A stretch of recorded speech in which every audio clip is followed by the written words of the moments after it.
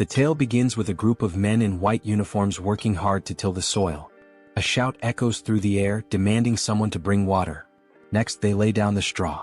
Several men stand in a line carrying buckets of water, while another man perched on the edge of a small cliff berates them as slaves, barking orders to speed up their efforts. Nearby, a goblin scribbles notes into a log carried by one of the men. Meanwhile, one man cannot escape the agony of the relentless lashes tearing into his shoulders, nor the mixture of blood and sweat saturating his body. He grumbles about the excruciatingly harsh existence of lifelong servitude. In a completely different context, the strongest man alive had claimed the title of champion at the young age of 27 and maintained his position as the world's top fighter for 2 consecutive years. During a decisive fight, the referee declared the match over when the towel was thrown in. The victor, with an unbroken record of 23 wins and 0 losses, had secured his place as the heavyweight champion of the largest MMA league in the world. He even wrapped up his career with an undefeated title defense before retiring. That man is Choi Hyunseok, a celebrated athlete from the Republic of South Korea, and he is the central figure of this story. Not long after his retirement, fate dealt him an unexpected hand in the form of the infamous truck Kun. As you might guess, the truck collided with him, cutting his life short. Hyunseok found himself bitterly lamenting the loss of all the money he had painstakingly saved for his retirement. After all, fighting was the only thing he had ever known in life. Adding to his woes, he was a single man with no romantic experiences to his name. Even half an hour after his death, Hyunseok remained melodramatic, though his perspective slowly began to shift. He started to see the silver lining. No more grueling training sessions, no more championship matches to defend. He even took solace in his lack of family or close friends, realizing there was no one to grieve his passing. While drifting in this ethereal space, an arm appeared out of nowhere. It belonged to a stunning angel who apologized for her tardiness. She referred to Hyunseok as an SSS-class hero and introduced herself as Rachel. Her role? She was a recruiter tasked with finding individuals whose earthly lives had ended. Hyunseok, overwhelmed and confused, blushed at her appearance, particularly at her chest. He flushed even deeper when Rachel grabbed his hand. Hyunseok requested an explanation, and Rachel presented him with 2 choices. The first option was to embrace death and await reincarnation, likely as an unlucky old bachelor. The second was to be resurrected immediately as a hero destined to save a world desperately in need of him. Rachel made the second choice especially alluring, surrounding Hyunseok with visions of beautiful women. Feeling unprepared and overwhelmed, Hyunseok responded that he needed time to think, as the situation was both sudden and lacking in detail. Rachel gently pressed him, asking if he truly intended to pass up such a once-in-a-lifetime opportunity. She painted a vivid picture of the rewards awaiting him: wealth, fame, gorgeous women, and even exclusive privileges. Yet, as Rachel continued her pitch, Hyunseok had already started tuning her out. He pondered his options. Choosing to become a hero meant fighting once more, a path he had just retired from. The alternative, peacefully awaiting reincarnation, seemed far more appealing. Rachel, noticing his lack of enthusiasm, decided to amplify her efforts. She described how, in the other world, the village chief would run to him barefoot, offering food and hospitality from the very start. Hyunseok would be warmly welcomed and would easily complete any quests given to him. Rachel went on to say that the chief might even offer his daughter, renowned as the most beautiful woman in the village, to Hyunseok. However, Hyunseok's stoic expression remained unchanged, much to Rachel's growing concern for her recruitment bonus. Switching tactics, Rachel feigned defeat, suggesting Hyunseok simply accept his fate as a lonely bachelor. This caught his attention. To seal the deal, Rachel introduced a chilling thought: there was no guarantee that his next life would even be as a human. This realization struck a chord in Hyunseok's mind. As Rachel began to leave, he grabbed her leg, announcing his decision to accept her offer. Feigning indifference, Rachel coyly asked him to repeat himself. Hyunseok tightened his grip, shouting that he would indeed take on the role of a hero. Satisfied, Rachel grinned and suggested they begin immediately. Bewildered, Hyunseok asked what she meant. A glowing magic circle appeared beneath him, signaling the start of his journey. Protesting his lack of preparation, Hyunseok realized there was no stopping what had already begun. Rachel insisted that the breathtaking world awaiting Hyunseok was already prepared for his arrival. She wished him an incredible adventure, though she couldn't help but complain about how difficult he made things, even though he ultimately agreed to go. Suddenly Rachel received a call. She picked up and reported that the prospective hero, Noam 137,421 Hyunseok, had just completed his transmigration. Meanwhile, Hyunseok drifted into unconsciousness, only to awaken to someone telling him to open his eyes. He wondered if this could be the village chief Rachel had mentioned, the one with the most beautiful daughter. The story seemed to be unfolding as expected, until an unexpected punch landed in his stomach, jolting him awake. Irritated, Hyunseok lashed out, asking if the person had a death wish, but he stopped mid-sentence. The figure before him didn't look human, it was wearing a wild boar skull adorned with horns. This strange creature was fuming, accusing Hyunseok of slacking off in the slave dormitory. Hyunseok, thoroughly confused, hesitated. Could this bizarre creature possibly be the village chief Rachel mentioned? The thought seemed absurd, it looked more like a monster he was supposed to fight. Timidly he introduced himself as a hero. The creature looked puzzled and approached him, mocking the idea of heroes being idiots nowadays. Hyunseok began to suspect something had gone terribly wrong but convinced himself that Rachel wouldn't deceive him. Was this monster his first quest? Trying to remain calm, he decided to take action in true Korean fashion. But before he could think further, the creature asked what he had just said. Without hesitation, Hyunseok kicked the creature, yelling for it to die. He briefly celebrated his successful kick, until the creature grabbed his foot. The creature smirked, asking if Hyunseok truly thought himself a hero. With a tired tone, it grumbled about how exhausting these self-proclaimed heroes were and wondered where they kept coming from.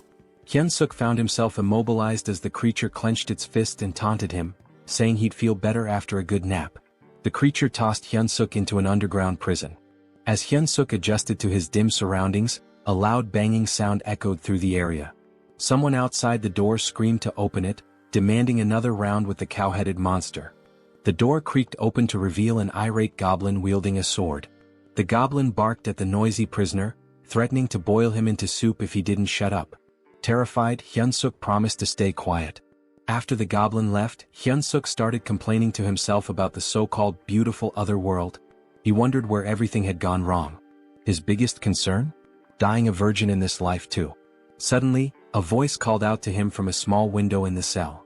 The person on the other side asked if he was a newcomer. Hyunseok, intrigued, asked who they were. The man introduced himself as a senior hero, about to embark on his own journey. He explained that they were currently trapped in the Demon King's army fortress, where humans were enslaved. Peeking through the window, Hyunseok was shocked to see a fellow Korean. He respectfully addressed the man as his sunbae and asked how they ended up in this dire situation. The man, amused by Hyunseok's politeness, teased him before yelling loudly to the other prisoners, asking if the self-proclaimed heroes were still alive. Voices erupted from every direction, claiming to be heroes. The room was packed with unfortunate souls who had met similarly grim fates in this world. Hyunseok, baffled, asked what was happening. The sunbae casually explained that there were at least 100 heroes who had fallen into the Demon King's fortress. He pointed out that the red cow-headed creature Hyunseok had encountered earlier was Reed Run, the head of the fortress. The goblin who had just threatened Hyunseok was Jark, a notoriously cruel prison guard. The man then revealed the truth behind their predicament. It was all because of Rachel, the so-called angel. Hyunseok's face twisted in confusion as the man cursed Rachel, referring to her as a wicked demon. The sunbae muttered bitterly, lamenting how things could have been different if not for her mistake. Hyunseok, growing hysterical, demanded clarification. Were they not supposed to start their journey in this nightmarish place? The man confirmed his suspicions. He explained that other heroes who had been captured in different locations told him about proper starting points.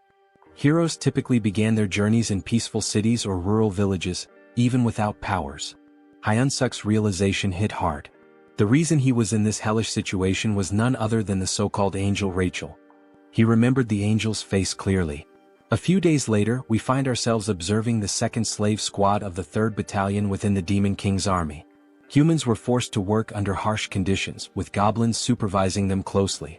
The humans were even made to chant, "Let's crush the humans, let's devour the humans." Hyunseok's body shook with exhaustion as he carried an enormous log, a goblin perched lazily on top.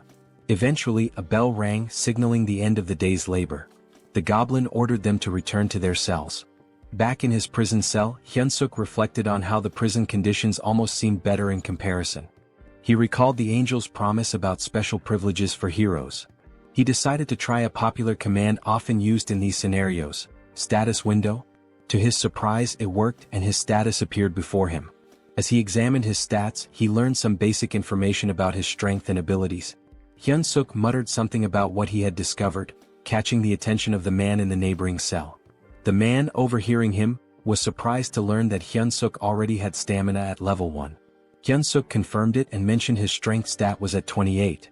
The man, recalling Hyunseok's reputation as a former champion, was amazed.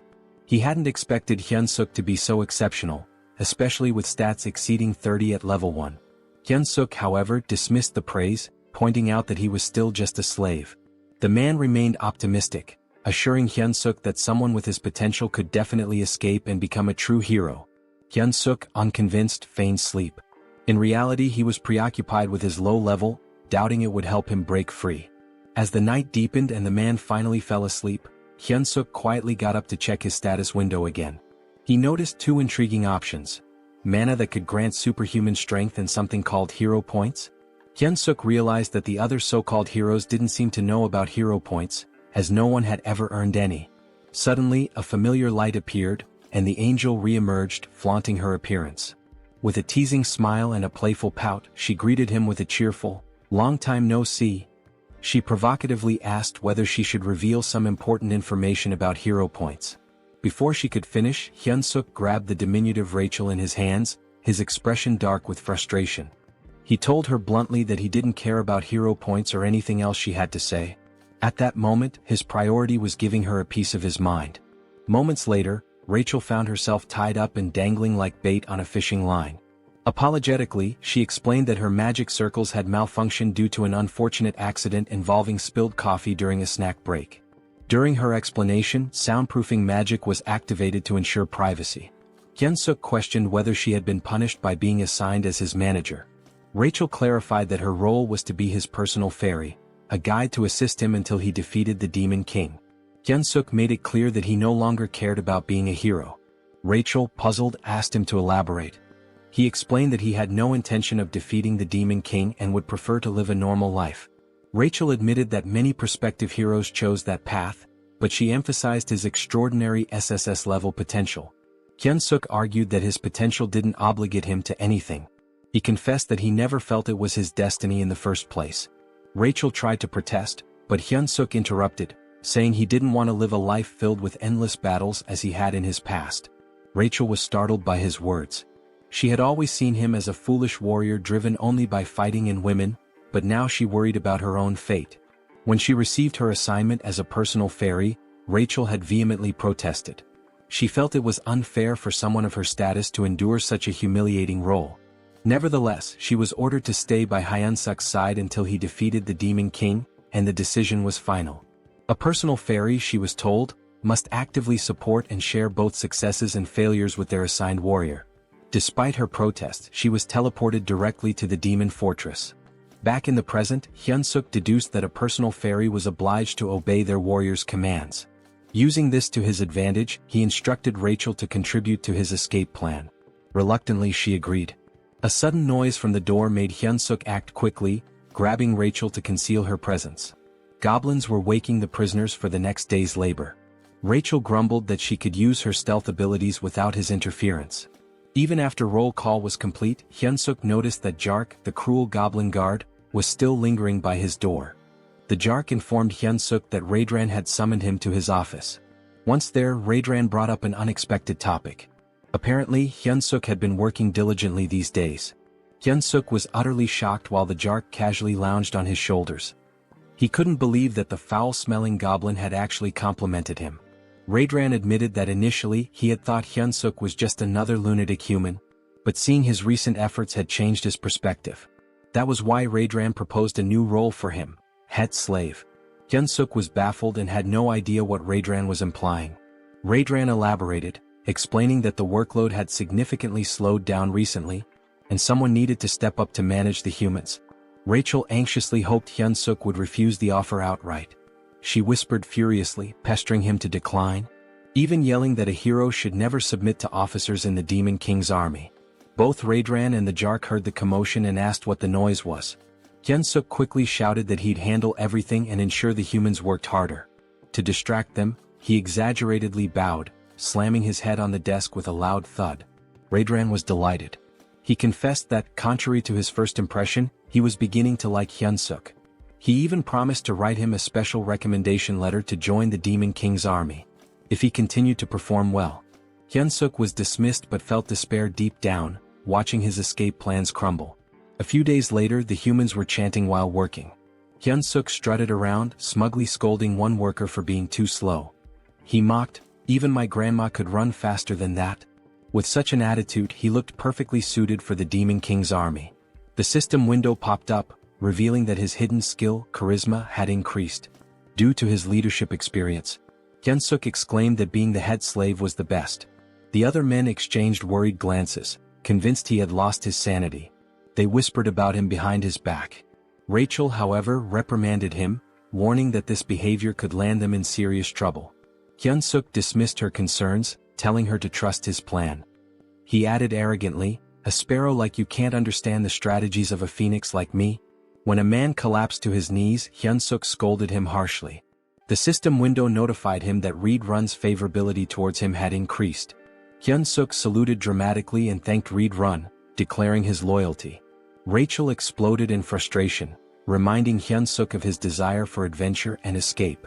Hyunseok scratched his head, explaining sheepishly that he was simply following the system's guidance. He reasoned that obeying the system was part of being a hero. Rachel argued furiously, insisting that boosting the Demon King's army officials' favorability was absurd and completely unlike any hero quest she had ever seen. Hyunseok stood firm, claiming it was the truth, even offering to read the quest description aloud. He read, "You who have found yourself trapped in the Demon King's fortress due to an idiot's mistake?" Rachel cut him off, arguing that the language was far too informal for a system message, which should always use neutral, precise wording. Hyunseok shrugged, insisting that perhaps an SSS-level hero system worked differently. The previous night, Rachel had made a scene, accusing Hyunseok of accepting the head slave position too willingly. Hyunseok retorted that she was the crazy one, not him. Out of nowhere, a system message had appeared, addressed to Hyunseok. It stated, "You who have found yourself trapped in the Demon King's fortress due to an idiot's mistake might feel as frustrated as someone discovering an empty toilet paper roll. However, this is an opportunity. To become a true hero, you must gain the favor of the Demon King's officer, Reed-Run, and earn 100 hero points." Hyunseok had been stunned at the time but realized this was his only viable option. Now back at work, Hyunseok led the slaves in singing the Demon King's Third Army Corps song. Rachel was puzzled, realizing only high-ranking figures could alter quest objectives. She wondered why they would do such a thing for Hyunseok. Suddenly, Jark approached Hyunseok again, instructing him to follow him to Reed-Run's office. Reed-Run praised Hyunseok for the significant increase in productivity among the slaves. Hyunseok, feigning humility, attributed the improvement to Reed-Run's wise decisions. Rachel scoffed, muttering that such shallow flattery wouldn't work. But to her shock, Reed-Run seemed genuinely pleased, visibly flinching with satisfaction. The system window reappeared, announcing that Hyunseok had achieved his favorability goal and successfully completed the hero quest. He earned 100 hero points, unlocking the beginner heroes store with his first points. Both Hyunseok and Rachel were astonished that the plan worked so effectively. With the favorability quest complete and everything progressing smoothly, Hyunseok decided it was time to move on to the next phase of his strategy. He approached Reed-Run, asking permission to begin training the slaves. Reed-Run raised an eyebrow and questioned the request. Hyunseok painted an idealistic picture, a group of slaves working in perfect harmony, trained to the point of discipline mastery, each performing the labor of three without slacking. He emphasized that with such efficiency, the fortress could be fully constructed within a week. Reed-Run, however, argued that humans were physically too weak to endure training while continuing their tasks. Unfazed, Hyunseok added that if this plan succeeded, even the commander would heap praises on Reed-Run. This was enough to convince Reed-Run, who approved the training without much further thought. Back in his cell, Rachel was dramatically despairing over the situation. She lamented that her hero had completely lost his mind, not only submitting to the Demon King's army but now training slaves on their behalf. She felt utterly hopeless and dejected. Hyunseok, irritated by her theatrics, snapped at her for being so noisy.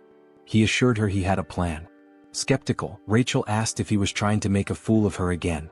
Hyunseok, quick-witted as always, retorted by asking if she thought he was her He then revealed his true intentions, using the slaves to stage a rebellion. Hyunseok explained that the fortress housed around 3,000 human slaves, while the Demon King's army station there had only about 500 soldiers. Furthermore, a base for the Human Alliance was located nearby. In the chaos of an uprising, they could request reinforcements from the Human Alliance.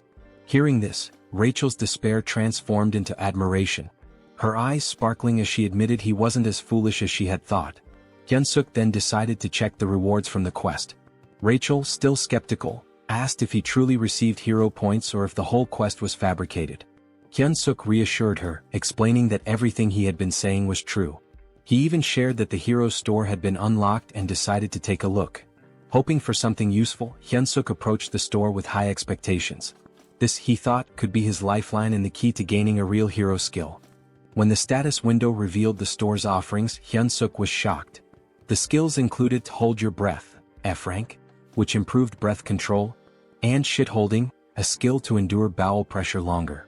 Hyunseok sarcastically mused that shit-holding should have been an SSS rank skill, especially useful in public emergencies. The other skills available were mundane, cooking, cleaning, and laundry. Confused and furious, Hyunseok questioned how these were hero-appropriate skills. Rachel, laughing at his frustration, explained that the store was still at level 1. She assured him that collecting more points and leveling it up would eventually unlock better options. Still fuming, Hyunseok lashed out, telling Rachel to shut up and calling her a swindling fairy. The next day, the slaves saluted the Demon King as Hyunseok commanded them to sing the Third Army Corps song. At his signal they began. We, the great Demon King army, defeat humans, eat humans. Forget all the suffering when you catch them. Nothing under the sky compares to the Demon King's affection.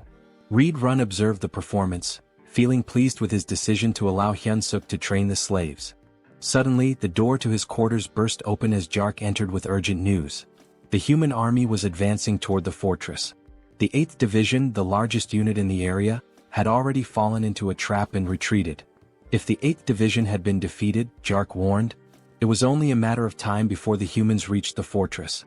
Despite the dire situation, Reed Run remained calm. He acknowledged Jark's suggestion to evacuate but insisted they wait a moment. He declared that since ancient times, wars were won or lost based on supply lines. The first rule of war, he stated, was never to lose a competent supply officer. With that, he instructed Jark to leave while he took care of Hyunseok before following. Meanwhile, Hyunseok scolded the slaves, asking if they were prepared to follow his orders. Hearing a commotion, he sighed, suspecting that combat training might once again be interrupted by Reed Run's constant surveillance. Checking the status window, Hyunseok noted that while his abilities had improved slightly, it wasn't enough to launch a rebellion. He muttered aloud, hoping for an unexpected event that could help him increase his power quickly. Before he could finish his thoughts, Reed Run landed abruptly beside him. Reed Run tapped Hyunseok's shoulder and called out to him, catching him off guard. Hyunseok turned, surprised by the sudden presence of Reed Run, who seemed to be in a hurry. We don't have time, Reed Run said urgently. You must come with me right now. Confused, Hyunseok asked why and where they were going, but Reed Run offered no explanation.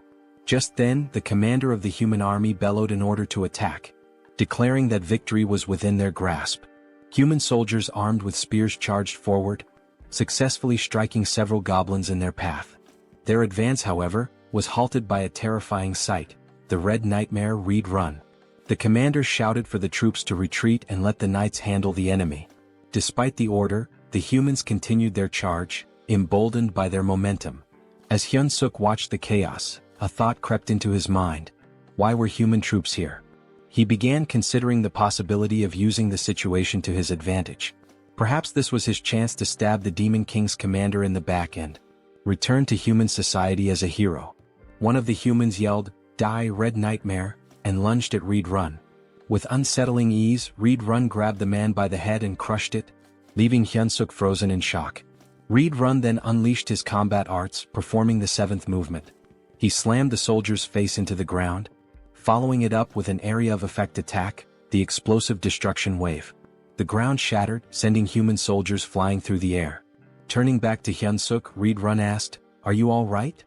Hyunseok saluted reflexively, replying that he was fine and subtly adding that he'd be leaving soon. This moment reminded Hyunseok that he was still in the company of one of the Demon King's most formidable warriors. The battlefield buzzed with activity as the humans claimed the area. They raised 2 flags at the center and began organizing the citizens of Mariot Kingdom and Drasan Empire. A soldier questioned Hyunseok's prison mate, asking if they were warriors. The man replied affirmatively. The warriors were separated from the other captives and led down a different path. A figure appeared to greet them, Olivane Grimier, a middle-aged man with striking red hair and a beard. He was a duke of the Dresden Empire and commander of the Allied forces. A soldier approached Olivane, reporting that the evacuation had been completed. Olivane praised the soldier for his efforts. The soldier also mentioned that those claiming to be warriors had been drafted. Olivane gave the order to begin. "All soldiers to your positions," he commanded. Moments later he gave a chilling order, "Annihilate all the warriors before us." Meanwhile, a carriage traversed the forest. Inside, Hyunseok sat in sullen silence, bidding farewell to his dreams of adventure and his imagined second life. Across from him, Reed Run sat stoically. Hyunseok couldn't help but think about how Reed Run had effortlessly dispatched everyone chasing them. Their pursuers were no longer a concern. Rachel, attempting to cheer Hyunseok up, remarked that moments of crisis often present opportunities. She suggested they head to the headquarters and properly assess the Demon King army situation. Hyunseok, unimpressed, told her to shut up. Breaking the silence, Reed Run admitted, "I must have fallen asleep for a moment." He looked at Hyunseok and asked, "Did you say something?" Hyunseok quickly covered, claiming he was just mumbling about how honored he was to accompany someone like Reed Run. Reed Run, seemingly touched, expressed his appreciation. He informed Hyunseok that they were nearing the 3rd Corps headquarters and encouraged him to look forward to it. "Once we arrive," Reed Run added, "I'll officially enlist you in the Demon King's army." Hyunseok turned pale but managed to force out, "It's an honor." Rachel too panicked silently. At the headquarters, a guard announced Reed Run's return, prompting the gates to open. Reed Run gestured for Hyunseok to follow, stating that he would take him directly to the commander. "It's an absolute honor to meet the commander so soon," Reed Run remarked, though his body language hinted otherwise. He warned Hyunseok to be on his best behavior in the commander's presence if he wanted to live.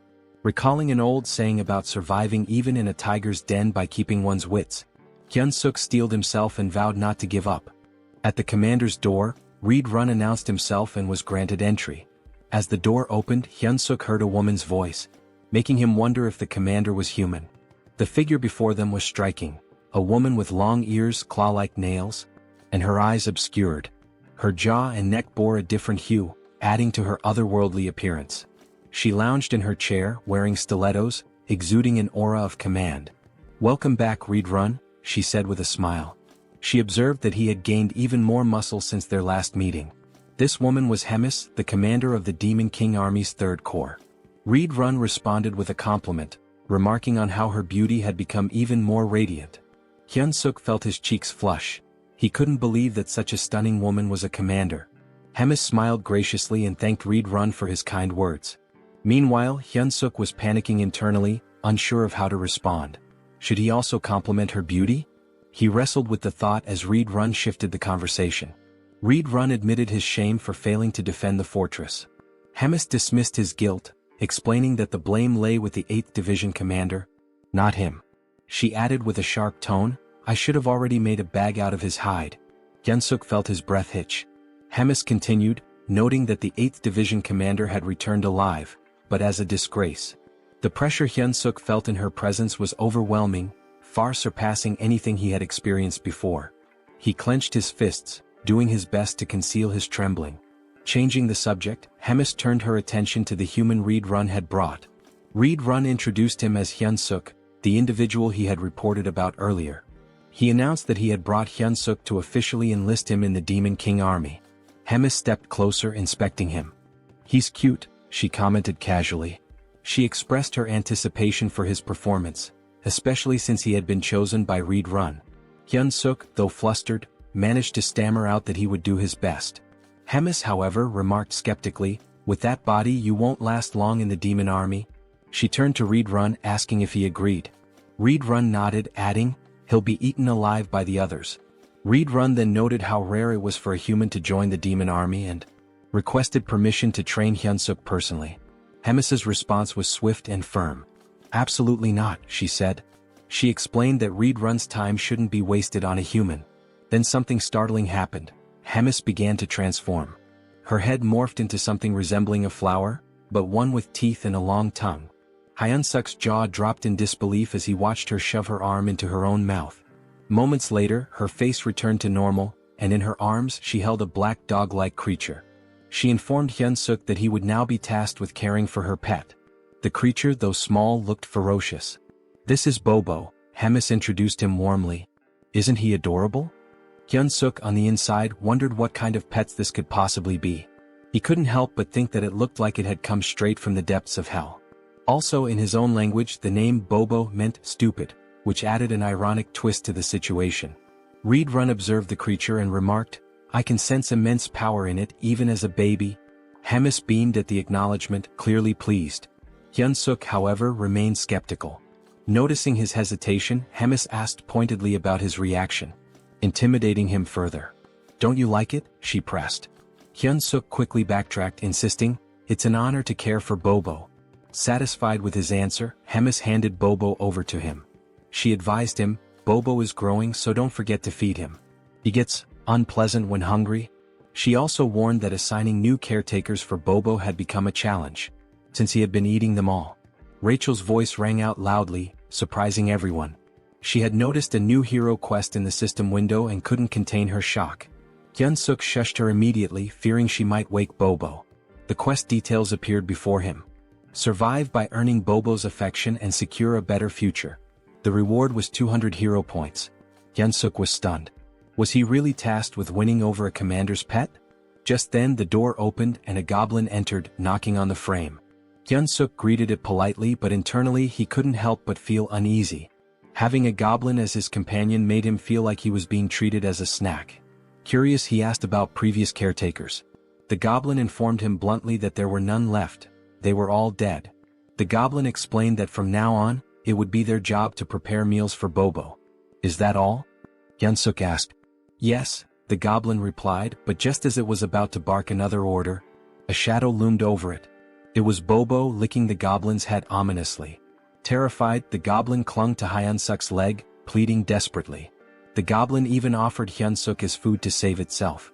Hyunseok's patience snapped. "What are you doing?" he shouted. The goblin ignored him, knowing one of them wouldn't survive.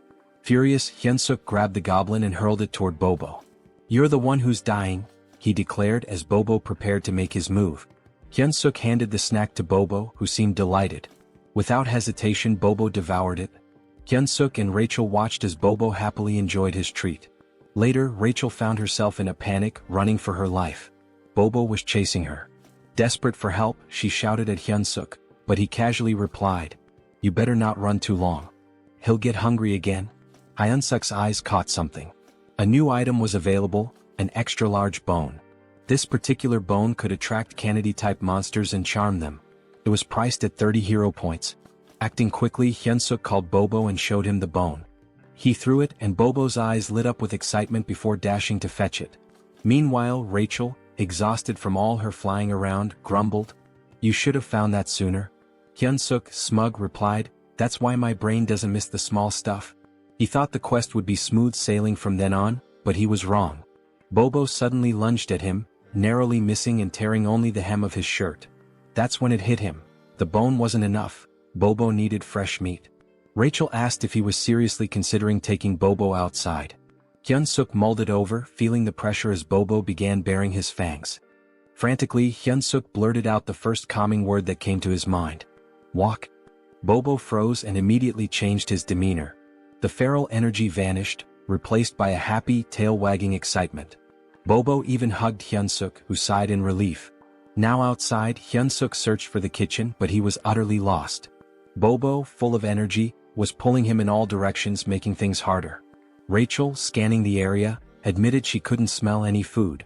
She spotted a goblin and suggested asking it for directions. Hyunseok approached the goblin, who looked puzzled to see a human. As Bobo reverted to his wild nature, the goblin froze in terror. Hyunseok tried to reassure the goblin, explaining it was just Bobo's walk time. The goblin, still horrified, asked why a human was walking Bobo. Bobo licked the goblin's face and Hyunseok firmly told him, "You can't eat him." Hyunseok asked where the kitchen was and the goblin, trembling, pointed to the left before sprinting away. Rachel and Hyunseok stared after him, stunned, before bursting into laughter. The goblin's terror was so over the top, it made them question if he really belonged in the demon army. Once the laughter died down, Hyunseok refocused. He was ready to search for meat in the kitchen. Rachel, however, questioned his long-term plans, asking if he intended to care for a dog forever. Hyunseok scoffed, replying that, of course not, he still had dreams to chase. But when he turned back, Bobo was gone. Panic hit him instantly. He turned pale and shouted, "Where the hell is that dog?" Hyunseok felt despair creeping in. Bobo was a walking disaster, and even looking away for a moment was a mistake. Rachel scanned the surroundings and pointed toward a direction. There they spotted Bobo trotting back toward them. Hyunseok exhaled in relief, scolding, "You scared me half to death." Bobo returned happily, but blood dripped from his mouth, and his stomach was visibly full. Suddenly they heard shouting, "Commander Regis is dead." A vow for revenge echoed through the air. Hyunseok froze in horror. Rachel pointed accusingly at Bobo, whispering, "He's the culprit." Goblin soldiers emerged, and Hyunseok and Rachel began running for their lives. Rachel, gasping, asked if they were about to die. Hyunseok snapped, "Shut up and run." They reached a dead end, cornered by goblins shouting accusations. One goblin vowed to tear off Hyunseok's arms like chicken wings.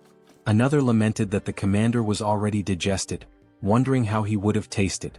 Yet another suggested ripping both Hyunseok and Bobo apart, dividing the spoils. Hyunseok forced himself to stay calm and shouted back, "How dare you?" Outnumbered, he needed a plan. Thinking quickly, he lifted Bobo and asked the goblins if they knew who the brave one was. Confused, the goblins stared at Bobo, who they had assumed was just a wild beast. When Hyunseok heard their words, his fury rose and he reprimanded the goblins. He declared that this adorable yet lethal creature was none other than Bobo. The goblins hesitated, recalling that Bobo was rumored to be Commander Hemis's pet, but they dismissed it. They assumed it was just another deceitful trick from a human. Still, some goblins began to worry that Hyunseok might actually be telling the truth. Hyunseok questioned how they could fail to recognize Bobo, calling it a disgrace. The goblins stared at him, baffled by his confidence. Hyunseok, maintaining his composure, commanded Bobo to unleash his beast mode. Without hesitation, Bobo obeyed, transforming into a ferocious predator, saliva dripping as if anticipating a meal. Hyunseok addressed the goblins again, reaffirming, "This is Bobo." He then ordered, "Bobo, bite him." Bobo let out a deafening roar and pounced on the nearest goblin. Blood splattered as Bobo's teeth tore into his target. Hyunseok watched the grisly scene unfold, casually remarking, "A dog without a muzzle sure gets messy." When Bobo finished, only the goblin's bones remained. Turning to the others, Hyunseok asked mockingly, "Anyone else doubt who Bobo is?" The goblins frantically apologized, claiming they had no idea it was really Bobo. At that moment, a system notification appeared before Hyunseok. It revealed that his extraordinary charisma had subdued numerous demons, increasing his hidden charisma stat. Hyunseok grinned, pleased with the recognition. Just then, a voice from behind interrupted him. A calm but commanding presence addressed the group, wondering aloud about the commotion. It was Commander Hemis. She surveyed the scene, amused, commenting that the cute newbie was causing quite the stir outside. Hyunseok felt his blood run cold. Standing in her office had been nerve-wracking enough, but now facing her here was even worse. Hemis chuckled, clearly entertained by Hyunseok's audacity in using her name and Bobo to survive. Hyunseok bowed deeply, admitting he had committed a severe offense. Hemis raised an eyebrow, confused, as she had actually intended to compliment him. She admired his resourcefulness and wit, contrasting him with the less clever demons she often dealt with. "You've got guts too," she added with a smirk. Hyunseok stammered out a hesitant thank you, unsure if her words were genuine praise or a veiled threat. Hemis elaborated, sharing how the demon army relied heavily on brute strength, often creating unnecessary chaos. When Hyunseok inquired what kind of trouble she meant, she cryptically replied, "You'll find out soon enough." She shifted the conversation, once again suggesting he consider becoming an executive in the demon army. Hyunseok was stunned, feeling entirely unqualified, but Hemis dismissed his self-doubt. "You can't keep using my name and Bobo forever," she declared. She explained that the army had a decisive duel system where one could claim their opponent's rank. She gave him 1 month to prepare for a battle. If he won, she would extend her protection for another month. If he continued to succeed, he might even rise to the rank of battalion commander and prove useful. Hyunseok hesitantly asked what would happen if he lost. "You'll regret surviving the battle," she replied coldly, implying that failure would lead to a fate worse than death. Left with no other option, Hyunseok accepted. Hemis even chose his opponent on the spot. Rachel, standing nearby, sighed dramatically, predicting she would be saying goodbye to him in a month. Hyunseok glared at her, reminding her that she was the one who had claimed he had SSS rank potential. Rachel shrugged, explaining that potential only indicated possibility, not certainty. "You're a fairy," Hyunseok snapped, "but you can't even be supportive." As he fumed, Hyunseok noticed something unsettling. The doors ahead were streaked with blood. He wondered aloud if it was truly the kitchen. Cautiously he pushed the doors open. Inside, a towering red-skinned ogre-like figure greeted him. "You must be the human our commander mentioned," the monster said, introducing himself as Kulkin, the demon army's chef. Kulkin asked what business Hyunseok had in the kitchen. Hyunseok remained outside the threshold, explaining he was just there to get a snack for Bobo. Kulkin's eyes narrowed as he realized that Bobo's caretaker had changed yet again. However, he refused Hyunseok's request outright, leaving him dumbfounded. Kulkin explained there was no reason for him to help a human. The only order from Commander Hemis was to spare Hyunseok's life. Desperate, Hyunseok asked if there was any way to negotiate, emphasizing that the food was for Bobo. After some thought, Kulkin proposed a solution. If Hyunseok truly wanted meat, he would have to hunt it himself like the goblins did. Hyunseok paled as he glanced at the goblins, who were busy chopping up what looked disturbingly like other goblins. He realized with a sinking feeling that Kulkin's idea of hunting was far more gruesome than he had anticipated. The next thing we knew, Hyunseok found himself standing before a colossal, ferocious wild boar. He had been informed that this creature would be his dinner tonight, if he managed to kill it. As he stood there, Hyunseok couldn't help but reflect on how he had ended up in such a precarious situation. This same boar had already claimed Morgan's life. Although they called it a hunt, the boar seemed to do nothing but charge relentlessly at its opponents. The cooks had sworn to avenge Morgan. Hyunseok, observing the chaos, quipped that it was unclear who would ultimately be having dinner. Rachel, ever the pragmatist, asked what their next move should be and even suggested they run. Hyunseok shook his head, pointing out that escaping from such a massive crowd wasn't an option. Still, he couldn't deny how perilous his position was. Resolving to act, Hyunseok began to move, but Kulkin's voice stopped him. Instinctively, Hyunseok responded, volunteering to go next. But to his surprise, Kulkin informed him that there was no need. The hunt was over. Hyunseok was taken aback. All this time he thought they were mindlessly charging at the boar. How had they brought it down so efficiently? A goblin reported to Kulkin, tallying 12 dead and numerous injured. In Hyunseok's mind, the cost was far too great. Kulkin, however, seemed unfazed, calling the results amazing and declaring a short break before they resumed hunting their next prey. Hyunseok noticed how little Kulkin cared about the casualties. As the cooks busied themselves, Hyunseok confided to Rachel that escaping was no longer an option. Rachel asked if he intended to join the monster hunts with the others. Hyunseok replied with a firm no, explaining he had no reason to. He mulled over his predicament and concluded that the only way to increase his stats was to level up, which meant he needed experience points. Rachel agreed with his logic but asked where he planned to find such experience in their current situation.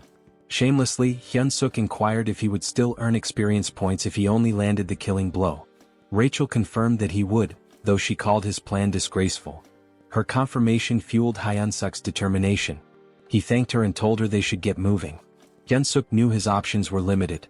He had to grow stronger within a month, especially if Commander Hemis's threats were genuine. Approaching Kulkin, Hyunseok expressed his desire to participate in the next hunt as a member of the brave demon army. Kulkin stared at him, making Hyunseok nervous. Had he overstepped? But Kulkin grinned, declaring that he liked Hyunseok's audacity. Hyunseok, relieved, offered his thanks while slipping in a few compliments to appease Kulkin further.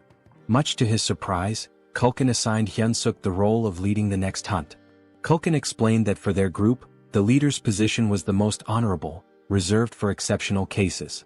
Hyunseok, feigning humility, protested that he couldn't possibly stand before the noble demons, adding that the other cooks might object to him taking charge. Kulkin, unbothered, simply gave him a thumbs up. Their exchange was interrupted by an urgent call for Kulkin. "What's wrong?" the chef asked. A cook reported a monster invasion, describing the sound of the monster's cry as a signal that an urn had arrived. Hyunseok, confused, asked if they were in danger. Culkin dismissed the concern, though he added that urn meat wasn't particularly good. Drawing a knife from his back, Culkin rallied everyone to arm themselves, announcing that they would hunt the urn and add its meat to the dinner menu. Hyunseok saw this as an opportunity. All he had to do was stay close and land the final blow. Rachel handed him something. A system notification appeared, showing a slight boost to his health and strength for 3 minutes. Rachel confidently brushed off his gratitude, but instead of thanking her, Hyunseok bonked her on the head, grumbling about why she hadn't used it on him earlier. Motivated, Hyunseok sprinted to position himself for the last hit. As he ran, he forced himself to focus on his goals. He pictured a noble blonde lady, no less than 5 children with bunny-like features and a peaceful retirement. He wasn't planning to die again as a defeated, loveless loser. With renewed determination, Hyunseok leapt into the fray, punching the urn with all his might. The monster fell, and with its death came a flood of system notifications. Hyunseok was stunned to see his level increase by 4 from a single killing blow. At this rate, he realized he could hit level 20 within a single day. Elated, Hyunseok felt empowered. Finally, he could grow stronger. Moments later, a trembling cook approached the dead urn, raising a butcher's knife. Before the cook could act, Hyunseok casually elbowed him, claiming his arm had slipped. He laughed maniacally, his grin wide and menacing. It was almost as if he had lost his mind when he declared that every last hit in the world was now his to claim. Time passed and more monsters were slain. Rachel, visibly drained, asked if they were finished now. Hyunseok smirked and praised his buff bot companion for her assistance. All the monsters had been dealt with, and it seemed like the cooks had wrapped up their butchering. But upon closer inspection, he realized the cooks were already gorging themselves on the fresh meat. One of them even shouted for a larger serving, leaving Hyunseok utterly baffled. Culkin caught sight of him staring and called out, asking what had captured his attention. Hyunseok questioned whether it was acceptable for the cooks to indulge in the army's food like this. Culkin responded nonchalantly, explaining that it was one of the cook's privileges, especially since monster meat spoils quickly. He added that for common soldiers, having fresh meat was a rare and special opportunity. The chef even admitted that enjoying good food was the main thing keeping him going. A flood of questions raced through Hyunseok's mind, like what kind of privilege this was or how they managed without a labor union. Despite his skepticism, the chef offered him a portion of the meat, saying he had earned it as a warrior. Hyunseok hesitated, staring at the meat and contemplating how much the cooks had risked for it. Eventually he took a bite. The flavor wasn't bad, there was a strong smell that oddly enhanced the taste, but overall the meat was bland and chewy. Hyunseok couldn't help but think that, back in South Korea, this kind of meat wouldn't sell for long. The realization struck him. These cooks were risking their lives for mediocre meat. His thoughts shifted to an idea. What if he created a dish better than this? It dawned on him that he could win their loyalty through their stomachs, earning their favor and becoming the kitchen's god. He opened the Hero Shop interface, much to Rachel's surprise. After spending points on a skill and an item, he revealed his purchases. A cooking skill ranked F, costing 50 points, and a seasoning loaded with MSG for 20 points. Rachel looked at him in disbelief, scolding him for wasting points on salt. Hyunseok dismissed her criticism, explaining that she was underestimating its potential. He demonstrated, sprinkling the seasoning over the meat. The transformation was immediate. The aroma became rich and the meat turned juicy and inviting.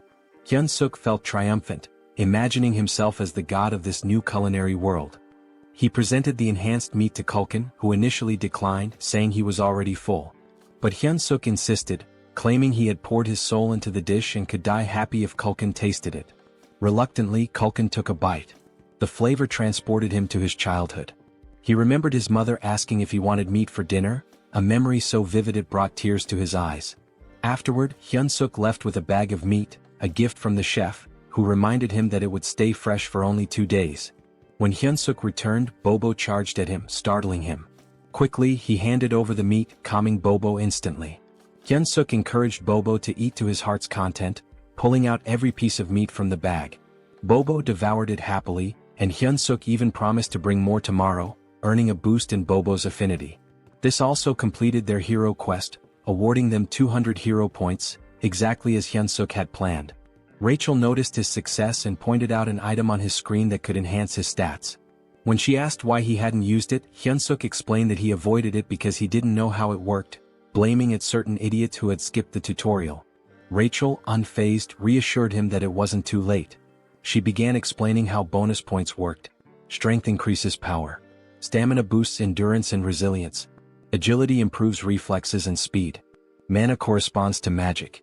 When Hyunseok asked about charisma, Rachel explained it was a hidden stat that couldn't be leveled up with bonus points, only through proper training. She advised him to balance the stats equally, but Hyunseok disagreed, believing it would be more effective to focus solely on strength. Rachel was taken aback by his train of thought. She explained that while focusing on strength might work at the beginning, mana becomes crucial as things progress. It's clear that a body enhanced by mana far surpasses one built purely on muscle training. Hyunseok adjusted his points and asked Rachel if the distribution was acceptable. Rachel examined it and admitted it wasn't bad. She then instructed him to visit the shop and purchase a fundamental skill for mana control. Curious, Hyunseok asked what mana control entailed. Rachel explained that it was essentially a skill to help him manage and manipulate his mana efficiently. She estimated the cost at around 100 hero points. Hyunseok began searching for it in the shop, only to find nothing. Rachel was shocked as it was supposed to be a common item. Disappointed, Hyunseok muttered how he'd thought she'd finally be of use. Frustrated, he even accused her of being completely useless. Rachel defended herself, insisting it should have been there. 3 weeks later, Hyunseok reached level 100, but the process had taken longer than he expected. Rachel remarked that the experience points required increased significantly as he leveled up.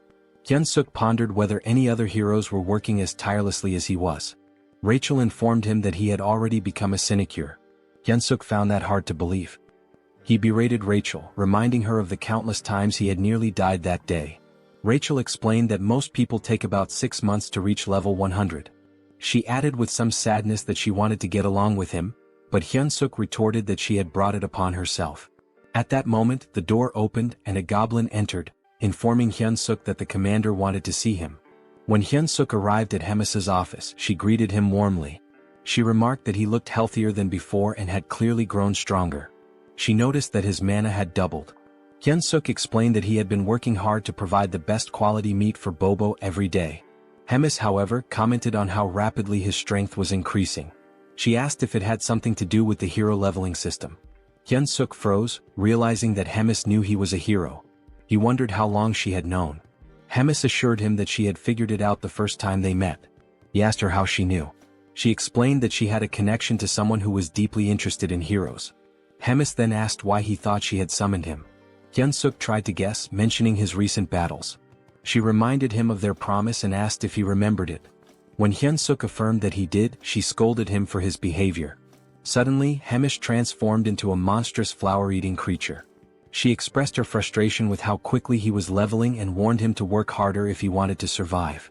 For her, it was all about entertainment.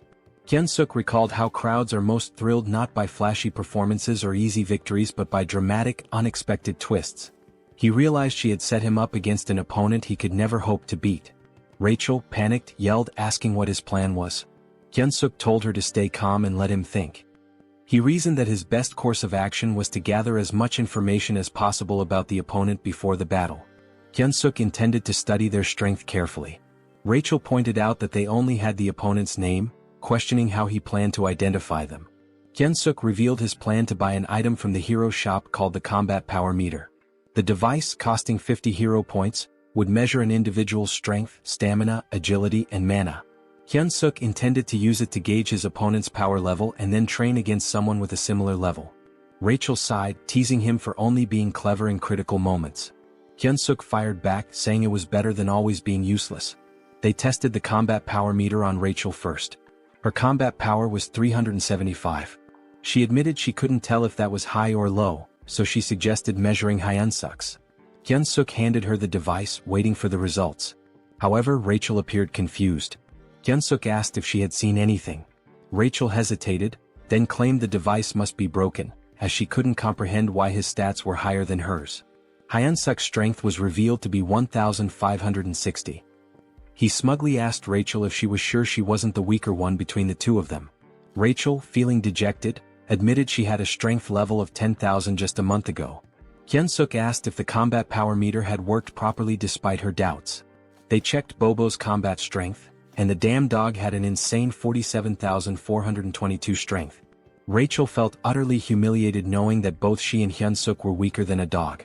Hyunseok found the situation amusing, joking that maybe Bobo's breed had received a buff. Stepping outside, he decided to survey the strength levels of other orcs. He noticed that goblins, who looked the weakest, had considerably lower stats compared to the other orcs, most of whom had numbers comparable to his own. Suddenly, someone announced Captain Bulkman's arrival, prompting everyone to salute. As the captain passed by, Hyunseok used the combat power meter and discovered Bulkman's strength was an impressive 14,300. Hyunseok observed that individuals with combat strength over 10,000 typically held commander-level positions. He confirmed with Rachel whether his opponent was truly a platoon leader. Rachel affirmed this, adding that the opponent's name was Kirkin. Rumor had it that Kirkin was an orc with the intelligence of a pig. Hyunseok reasoned that a platoon leader should only have around 3,000 strength, meaning he might have a shot if he leveled up some more. Determined, he searched for Kirkin. When he found him, the combat power meter showed Kirkin's strength at 6,671. Rachel bluntly stated that the situation essentially meant Hyunseok was being sent to die. At that moment, Hyunseok received a hero quest. The system window displayed a notification, stating that his odds of defeating Kirkin were almost zero. However, because persevering through impossible situations was his defining trait, he was being given a chance. He needed to raise his combat strength to 3,000 within a week. The reward? 300 hero points. Hyunseok sarcastically commented on how perfectly timed the quest was, jokingly wondering if the system was spying on him. Despite the grim odds, he accepted the challenge, realizing it was a do-or-die situation. He resolved to outwit both his observer and Hemis to survive. The next morning in the kitchen, Hyunseok made his presence known. Kulkin greeted him and took note of the goggles Hyunseok was wearing, finding them intriguing. He asked where Hyunseok had gotten them. Hyunseok casually replied that he'd seen others wearing them and decided to get a pair himself. Kulkin speculated that it must be a trend among the younger generation before quickly changing the topic. He instructed Hyunseok to get ready for the hunt. Curious, Hyunseok used the combat power meter on Kulkin and discovered his strength was an overwhelming 35,230. This perplexed Hyunseok as it far exceeded the typical strength of a captain. Looking around, he realized that even the other cooks had high combat strengths due to their constant battles with demonic beasts. This gave Hyunseok an idea. If he could spar against someone with a similar strength level to Kirkin, he could prepare himself better for the upcoming fight. Hyunseok requested permission from Kulkin to spar with one of the cooks, explaining that it would help him improve and contribute more effectively. Kulkin initially dismissed the idea, stating that Hyunseok was already strong enough for a human and didn't need to rush things. However, Hyunseok subtly threatened Kulkin, saying he'd eat the high-quality meat for himself if he wasn't allowed to spar. Reluctantly, Kulkin relented and asked Hyunseok to choose his sparring partner. Later, as the cooks prepared for the hunt, they were surprised to learn that Hyunseok was planning to fight Golbachev, a cook with a combat strength of 2,620. Some wondered if this would be Hyunseok's last day alive. The goblins, however, voiced their discontent, as they didn't want to lose Hyunseok, who provided them with delicious meat. Hearing the commotion, Kulkin silenced the goblins and warned Golbachev not to kill Hyunseok during the sparring session. He instructed him to go easy and not overdo it. Golbachev, looking rather dim-witted, agreed. However, Kulkin clearly doubted his sincerity. The spar began. Hyunseok, brimming with determination, charged at Golbachev. Golbachev reminded himself of Kulkin's warning not to kill Hyunseok. When he swung a punch, Hyunseok skillfully dodged, observing that Golbachev's movements were largely instinctual. Capitalizing on this, Hyunseok launched a counterattack. The fight felt oddly familiar to him, reminiscent of battles he had consistently won in the past.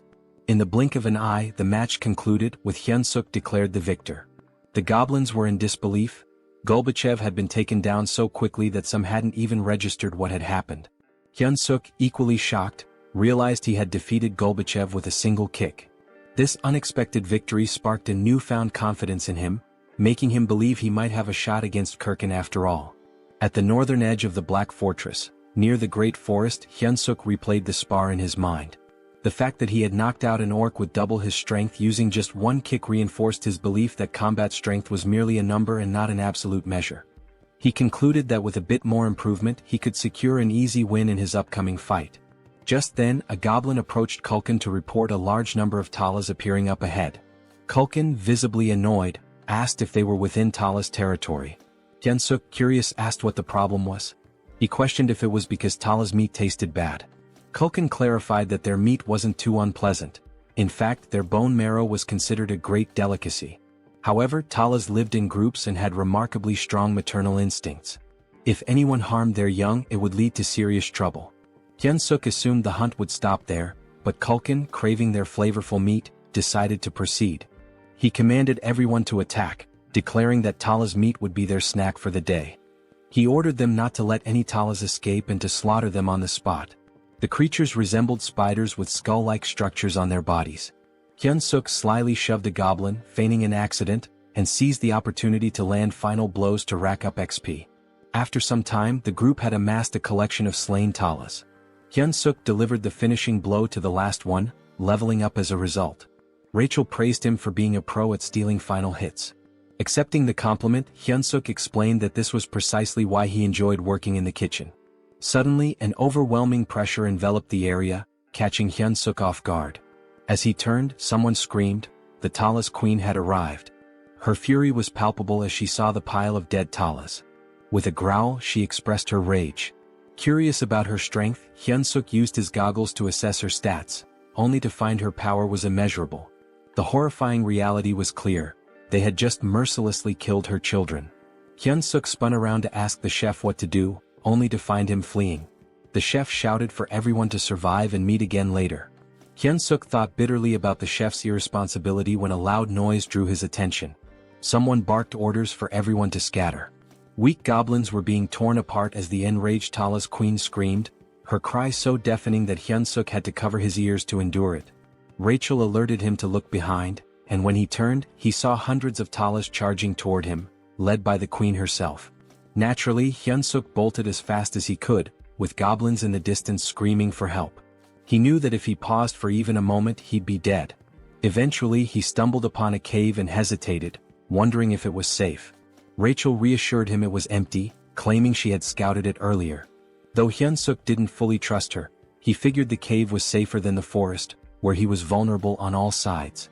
The cave was surprisingly deep. He asked Rachel if it was a natural formation, but she didn't know. She did note how spacious it was, large enough for even the Talas queen to enter. An idea began to form in Hyunseok's mind as he spotted a gooey substance on the wall. Rachel dismissed the possibility of it being a Talas hideout, citing the chef's claim that no Talas groups were nearby. However, the sticky residue unsettled Hyunseok. Were these spider webs? Then he saw them eggs. Realizing the cave was a Talas nest, he knew it wasn't a safe place after all. Just as he decided to leave, glowing green eyes emerged from the shadows. A fully grown Talas charged at him. Hyunseok sprinted as fast as he could, with Rachel frantically asking if they were heading in the right direction. Hyunseok admitted he had no idea. This was his first time in the cave too. Suddenly he stepped on something, lost his footing and slipped. Panicked, he grabbed the first object he could find and hurled it at the Talas. The creature caught the object in midair, an egg. To Hyunseok's surprise, the Talas stopped attacking, seemingly distracted by the egg. He turned to Rachel for an explanation. Rachel theorized that the Talas might have found the egg appealing due to its round, smooth and moist texture, noting that it resembled a Talas egg. Inspired, Hyunseok grabbed another egg and taunted the Talas, declaring he wouldn't take any more of its nonsense. The Talas panicked, confirming that his strategy was working. Taking a firm stance, Hyunseok hurled the egg. The Talas scrambled to catch it, reacting almost desperately. Rachel observed the Talas's impressive agility and physique, likely enhanced by its monstrous nature. She questioned Hyunseok about his next move. Hyunseok, exasperated, asked what options he had left when there were still over 100 eggs scattered around. Despite the situation, Hyunseok even dared to taunt the Talas when one of the eggs cracked. He mockingly told the Talas that he could probably catch better than it could. Hyunseok ordered Rachel to fetch him another egg, but she informed him that they were down to the last one. Panic set in as Hyunseok turned pale, realizing he had seriously messed up. The Talas let out a furious growl and lunged at them. Hyunseok quickly ordered Rachel to cast a buff spell. The Talas queen was seething with rage, but Hyunseok noticed that she was already drained from chasing after the eggs. He steadied himself and focused, knowing he could seize victory. As the Talas queen charged at him, Hyunseok prepared his ultimate attack, Paradise Reincarnation shot. Instead of retreating, he confronted the monster head-on, delivering a powerful strike that defeated the Talas. Several system notifications popped up, confirming that Hyunseok had leveled up. Rachel rushed over to check on him, asking if he was alright. Hyunseok admitted he wasn't, joking that he felt like he was dying right then and there. He suggested they find a safer spot. To his surprise, Rachel revealed that she could also use healing magic. Hyunseok praised her, remarking that investing in mana points had really paid off. Rachel, however, modestly explained that her magic wasn't very potent and could mostly just stop bleeding. Hyunseok allocated his newly earned stat points and decided to head back. At level 108, his stats now stood at Strength 56 plus 2, Agility 53 plus 2, Stamina 55 plus 2, Mana 53 plus 2 and Charisma 27. He felt a sense of accomplishment with his now balanced stats, even though he wasn't sure how to utilize them all just yet. He considered it an investment for future endeavors. Suddenly, a familiar voice echoed in the cave. It was Kulkin, delighted to see Hyunseok alive. Hyunseok asked why Kulkin was there. Kulkin explained that he'd found the cave while fleeing and thought they were lucky to have made it out alive. But Kulkin froze when he realized it was the Tala's nest. He spotted the scattered items on the ground. Hyunseok revealed that they were Tala's eggs, explaining that this was where the Talas laid them. Kulkin's eyes lit up upon hearing this. He excitedly mentioned that Tala's eggs were an extremely rare delicacy, reserved for high-ranking officials. Hyunseok, irritated, yelled at Kulkin to focus since they needed to escape. Kulkin remarked that the Tala's queen was likely already in the cave and admitted that defeating her would require someone of division commander rank or higher. He resigned himself to the idea that the egg would be his final meal. Suddenly, voices echoed from the entrance. The surviving goblins had arrived, along with the head chef. Kulkin acknowledged those who barely made it and offered them a taste of the precious egg. Hyunseok silently vowed not to let this be his last meal, especially since he hadn't yet enjoyed his wife's 5-dish spread. Determined, he refused to die in such a pitiful place. Meanwhile, in Hemis's office, someone greeted the commander, commenting on his usual stiff demeanor. She inquired if he had completed his assigned mission. Readrun reported that he had successfully captured the Holy Empire's next saintess as instructed. Impressed, Hemis praised Readrun for infiltrating a fanatical cult in just 3 weeks. She patted his head, causing him to blush. Their moment was interrupted by a knock at the door. Annoyed, Hemis remarked on the interruption. A goblin informed her of an urgent report regarding the cooks sent to gather ingredients. Hemis dismissed it at first, assuming it was a routine issue, but the goblin clarified that the incident was severe. The Tala's queen had appeared, leaving most of the cooks, including Kulkin, dead or missing. Hemis asked about Hyunseok, to which the goblin reported that he was also missing. Hearing this, Readrun's expression darkened. Back in the cave, the goblins were toasting with Tala's eggs, resigned to their fate. Kulkin bid them farewell, but Hyunseok smacked him on the head, yelling at him to snap out of it. Kulkin gave him a bewildered look as if asking, "What the hell?" Hyunseok replied that Kulkin seemed to be under some wicked spell and claimed he used a secret weapon to wake him. With a triumphant grin, Hyunseok pulled out a new item, the Beast Encyclopedia, Demonic Beast Edition. The encyclopedia contained detailed information on nearly all demonic beasts and required 50 hero points to acquire. He searched for information about the Talos, a spider-like demonic beast that lives in colonies and is known for its exceptionally strong legs. To defeat a Talos, one must aim for its weaker spots such as the torso and head.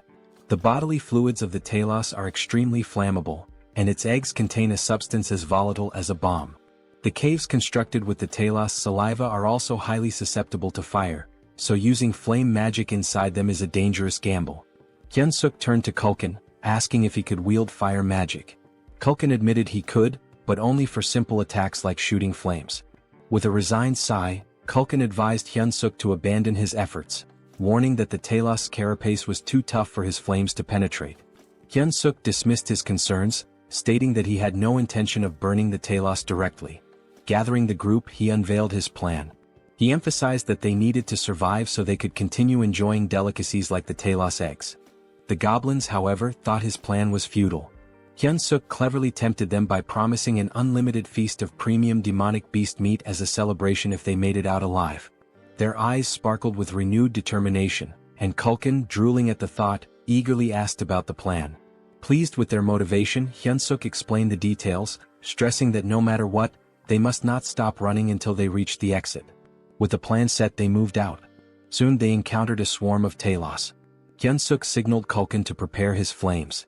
At the right moment, Culkin unleashed fire, causing part of the cave to erupt in an explosion. Rachel observed the chaos and asked Hyunsuk what he had done. He explained that by allowing the fire to spread, the remaining eggs deeper in the cave would act as a distraction. This would keep the Talos occupied long enough for them to escape. Hyunsuk instructed the goblins to stay focused on surviving and to throw an egg as a diversion if needed. With only one egg left in his possession, they had to locate the exit before using it. As they pressed on, Rachel spotted light ahead. Hyunsuk guided the group toward it, urging them to keep running. Relief washed over them as they reached the light, but it was short-lived. Standing in their path was the Talos Queen. Hyunsuk's expression darkened as the massive creature blocked their way.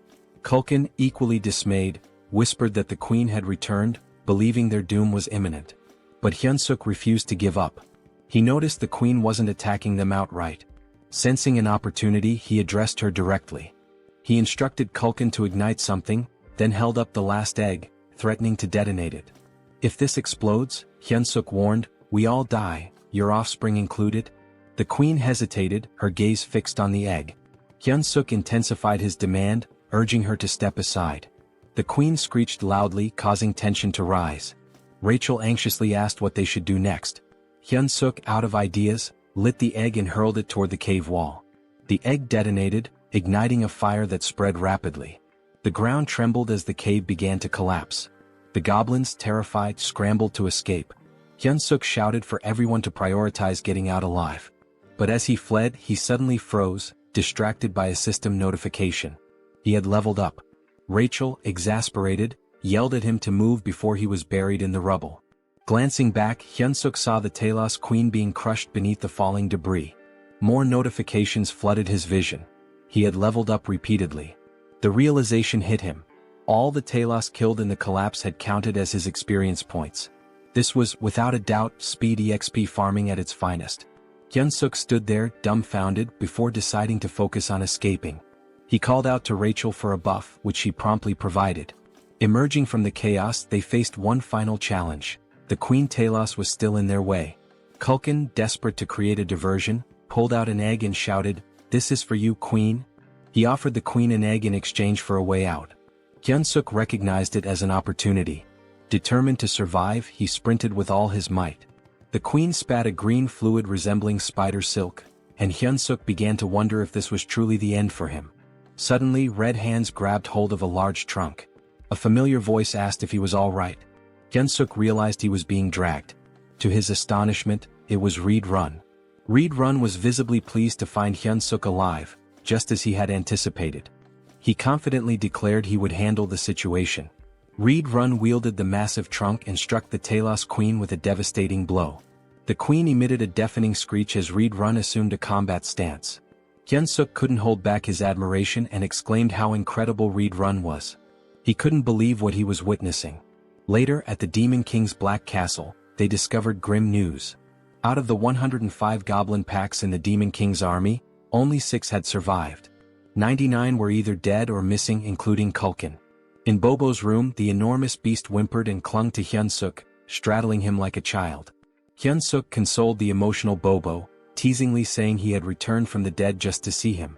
Rachel commented on how fortunate they were to have survived, crediting the cow-headed figure.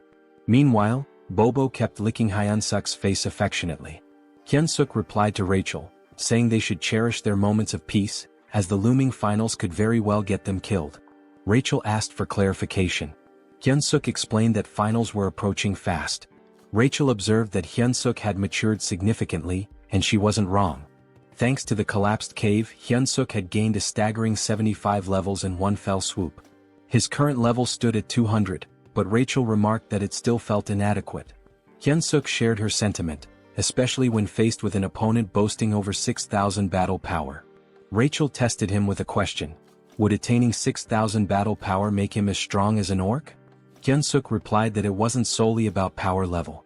Rachel confirmed his answer, explaining that such strength also relies on magic. She urged him to master magic if he hoped to confront such adversaries. Hyunsuk admitted it wasn't as simple as it sounded. Rachel reminded him of a moment when he had inadvertently used magic in the past. Hyunsuk, puzzled, was unaware of having done so. Rachel confessed that it was far too basic to be called magic. Hyunseok finally understood.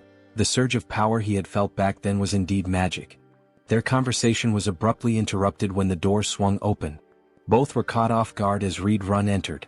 Hyunseok asked why someone like Reed Run would visit such a modest room. Reed Run informed him that he was there to summon him to meet the great commander at Hemis's office.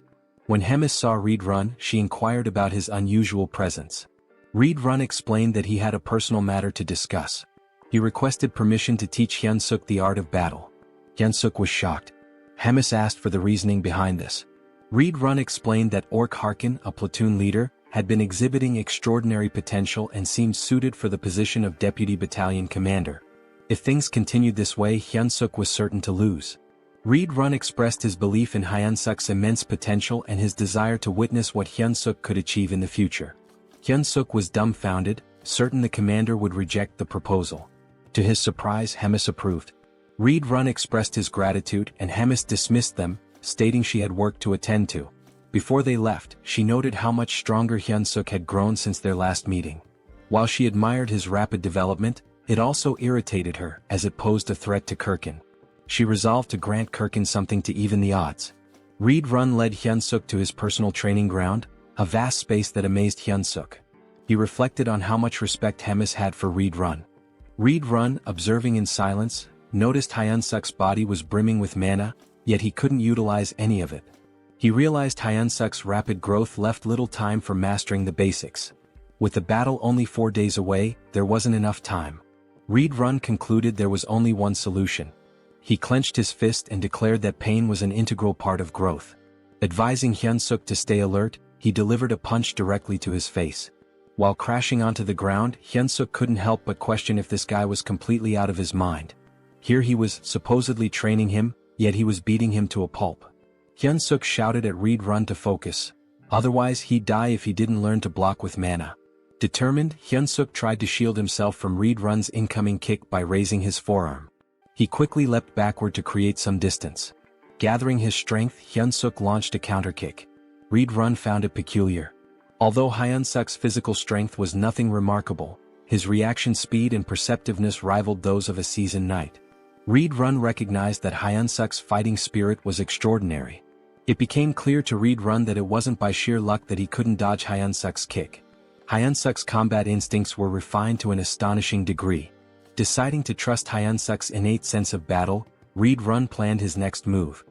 He reminded Hyunseok of the wager with the commander, emphasizing that without mastering mana, he had no chance of defeating Kirkin. With a cold resolve, he added that it was better to die here than suffer defeat in front of everyone. Then with a powerful punch, Reed Run hurled Hyunseok into the air. Hyunseok realized in that moment that Reed Run wasn't bluffing. Another hit like that might actually kill him. His mind wandered to his unfulfilled dream of getting married and having adorable children. But Reed Run wasn't giving him time to reminisce. He was already pursuing Hyunseok mid-air, leaving Hyunseok with only two choices: die or block the attack. Praying to God, Hyunseok clenched his fist and prepared to retaliate. The next moment, the ground trembled from the impact of someone crashing into it. That someone was Hyunseok. The force of his landing shattered a significant portion of the terrain. Rachel, standing nearby, was visibly alarmed. Reed Run approached Hyunseok's motionless body, observing him carefully. He declared that Hyunseok had just managed to control his own mana for the first time and asked if he had noticed. Raising his hand weakly, Hyunseok gave a thumbs up, joking that God had answered his prayers. His ridiculous expression made Reed Run chuckle. Reed Run reassured him, saying he'd win if he continued progressing like this. He grabbed Hyunseok's arm and instructed him to stay still so he could heal him. But as soon as Reed Run began, Hyunseok let out a groan of pain, clutching his neck. Reed Run had forgotten an important detail. Dark mana was akin to poison for humans. Realizing his mistake, Reed Run apologized profusely, scooping Hyunseok into his arms and urging him to stay alive. In this world, certain powers inherently counter each other. Dark mana counters regular mana. Mana counters divine power, and divine power counters dark mana. Mana was the domain of humans. Dark mana belonged to demons, while divine power was reserved for the devout followers of God. The Church of Tussis, the most influential religious institution, had waged wars to bring all other faiths under its control. Now, as the divine empire of Gatrin, They anointed a chosen individual capable of hearing God's voice and revered her as the saintess. Somewhere within the Demon King's stronghold, rumors swirled about the captured saintess locked in her room. The next saintess of the Divine Empire, Abelson Marriott, was now a prisoner of the demon army. There were murmurs of doubt among the demons. She hadn't prayed in days, casting suspicion on her claim as the saintess. Still, they trusted Reed Run's judgment in capturing her. Abelson, on the other hand, saw no reason to pray. She believed her current circumstances were preferable to her time in the church. Suddenly, the door burst open and Reed Run barged in, carrying Hyunseok in his arms. Abelson immediately chastised him for his rudeness. Ignoring her, Reed Run demanded that she heal the human. Hyunseok's head throbbed, and he began to wonder what Reed Run had done to him. It was almost comical. His last thought was regretting that the last hand he held belonged to a man instead of Rachel. When he opened his eyes, he was greeted by the sight of a silver-haired beauty. His immediate thought was that he had died again and ended up in some random place. Hyunseok began lamenting loudly, claiming he would never forgive the angel for this. He dramatically declared he'd rather become an archmage by the age of 30 than go through this again. Praying fervently, he cursed Rachel, accusing her of being a demon disguised as an angel, and demanded eternal torment for her. Finally, he muttered one last wish. If the angel insisted on making him a hero again, she should marry him first. Abelson, unimpressed, called him pathetic. Hyunseok's eyes widened in shock. Reed Run, relieved that Hyunseok was conscious, couldn't help but grab his shirt in excitement. Still dazed, Hyunseok was utterly confused. Reed Run pulled him into a tight hug, but Hyunseok immediately protested, accusing him of trying to kill him again. It was at this moment Hyunseok realized he wasn't dead. Turning around, he glanced at Abelson, piecing together the embarrassing things he had just said in front of her. Reed Run, meanwhile, asked the saintess if Hyunseok was fully healed. The saintess responded that Hyunseok was not yet fully recovered, and it should be evident to Reed Run as well that the dark mana still lingered in his body. She admitted she didn't know what might happen to him. Reed Run asked if her divine power couldn't erase the dark mana. Abelson warned that any misstep could result in Hyunseok's death. She suggested waiting, as the dark mana might dissipate over time. Apologizing sincerely, Reed Run promised to make amends by helping Hyunseok grow stronger through training. Despite being nearly suffocated by the hug, Hyunseok managed to remark that Reed Run didn't need to go to such lengths for someone as lowly as him. Reed Run dragged him away, but Hyunseok protested, asking him to wait. Meanwhile, Abelson grew curious about Hyunseok, wondering why a human was being trained by a demon. A few hours later, Hyunseok finally made it back to his room. Bobo, as usual, was there playfully chewing on Hyunseok's head. Hyunseok thanked Bobo. He recalled hearing that Bobo had destroyed his home and eaten the soldier who tried to feed him. Once again, Hyunseok thanked him, acknowledging that if it weren't for Bobo's separation anxiety, he'd still be stuck in training. Hyunseok began venting to Bobo about everything that had happened that day. It was enough to make him cry. And to top it all off, the dark mana was still coursing through him. Looking up, he asked Rachel if he was going to die. Bobo simply kept licking Hyunseok. Hyunseok called for Rachel again, but she didn't respond. Rachel was crying, devastated that her hero had been ruined and corrupted. She told him that he wasn't the same hero anymore. Hyunseok was taken aback. Shouldn't he be the one crying after everything he had just been through? Eventually, Rachel calmed down and confessed that all of the misfortunes were her fault. The dark mana in Hyunseok's body, his near-death experience, it was all on her. With biting sarcasm, she added that it was because she was a demon wearing an angel's face, a deranged maniac destined to suffer eternal torment in hell. Hyunseok froze, recognizing those were the very words he'd said to the saintess upon waking up. Realizing his mistake, he scrambled to console Rachel, even going as far as to claim there was no buff item in the world as amazing as her. Rachel, however, was unmoved and told him to shut up, saying he didn't mean any of it. Now all Hyunseok could do was wait, racking his brain for a way to make amends. 3 days later, Hyunseok felt like he was going crazy. Collapsed on the ground, he cried from the grueling training Reed Run had put him through.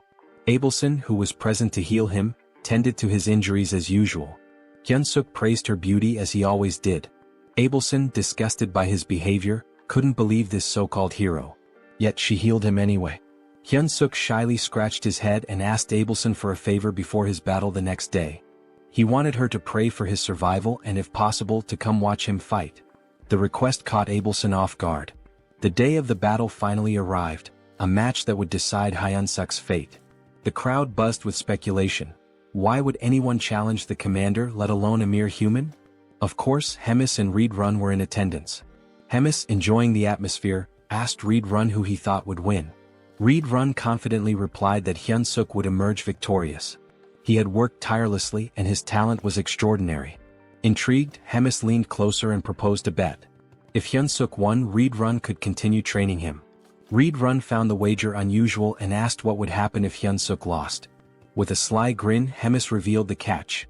Reed Run would have to kill Hyunseok with his own hands. It was the responsibility he would bear for his bold words. An uneasy feeling settled over Reed Run, but he had no choice but to agree. As she looked at Hyunseok, Hemis remarked how exhilarating it had been since she felt this much excitement. The announcer began introducing the fighters. Hyunseok stood ready, his mind clear and his body in peak condition. He wasn't nervous. When his name was announced, he stepped forward with confidence. Hyunseok reflected on how much he'd grown. His stats had improved significantly, he'd gained a new skill and trait. The intense training had paid off. Reed Run's unique combat style, composed of 10 distinct forms, was now a part of Hyunseok's arsenal. Though his proficiency with it was only at 8%, he believed it would suffice. Our boy was determined to win this fight and hoped that after the battle, he could go on a date with the silver-haired saintess. But his thoughts were quickly interrupted when Rachel shouted, demanding to know what he was thinking. On the other side, his opponent was introduced. This beast, named Korkin, was here to punish Hyunseok for his arrogance. Both Hyunseok and Rachel immediately noticed that something was different about Korkin. He didn't look the same as when they had seen him before. Reed Run was also caught off guard as soon as Korkin appeared. Hemis wasted no time in reminding Reed Run that there was no backing out of their bet now. Korkin let out a roar so loud it sent shockwaves through the area. His combat level now stood at 10,573, which Hyunseok confirmed with his goggles. Hyunseok couldn't believe it. Korkin had surpassed 10,000 in just a few days. Rachel too was in disbelief. She suspected that Korkin must have done something underhanded to increase his strength so rapidly. However, Hyunseok clenched his fist and muttered to himself, of course, nothing was going to be easy. As soon as the fight began, Hyunseok charged toward Korkin. Korkin, already anticipating the move, raised his weapon in preparation. Hyunseok knew that if that massive club landed even once, he was done for. Korkin swung his weapon, but Hyunseok managed to avoid it. The swing was large and easy to predict. Hyunseok knew that he just had to stay calm, dodge and wait for the right opening. Hyunseok landed a solid blow, and the announcer remarked that it must have hurt even Korkin. Hyunseok readied himself for another strike, landing it once more.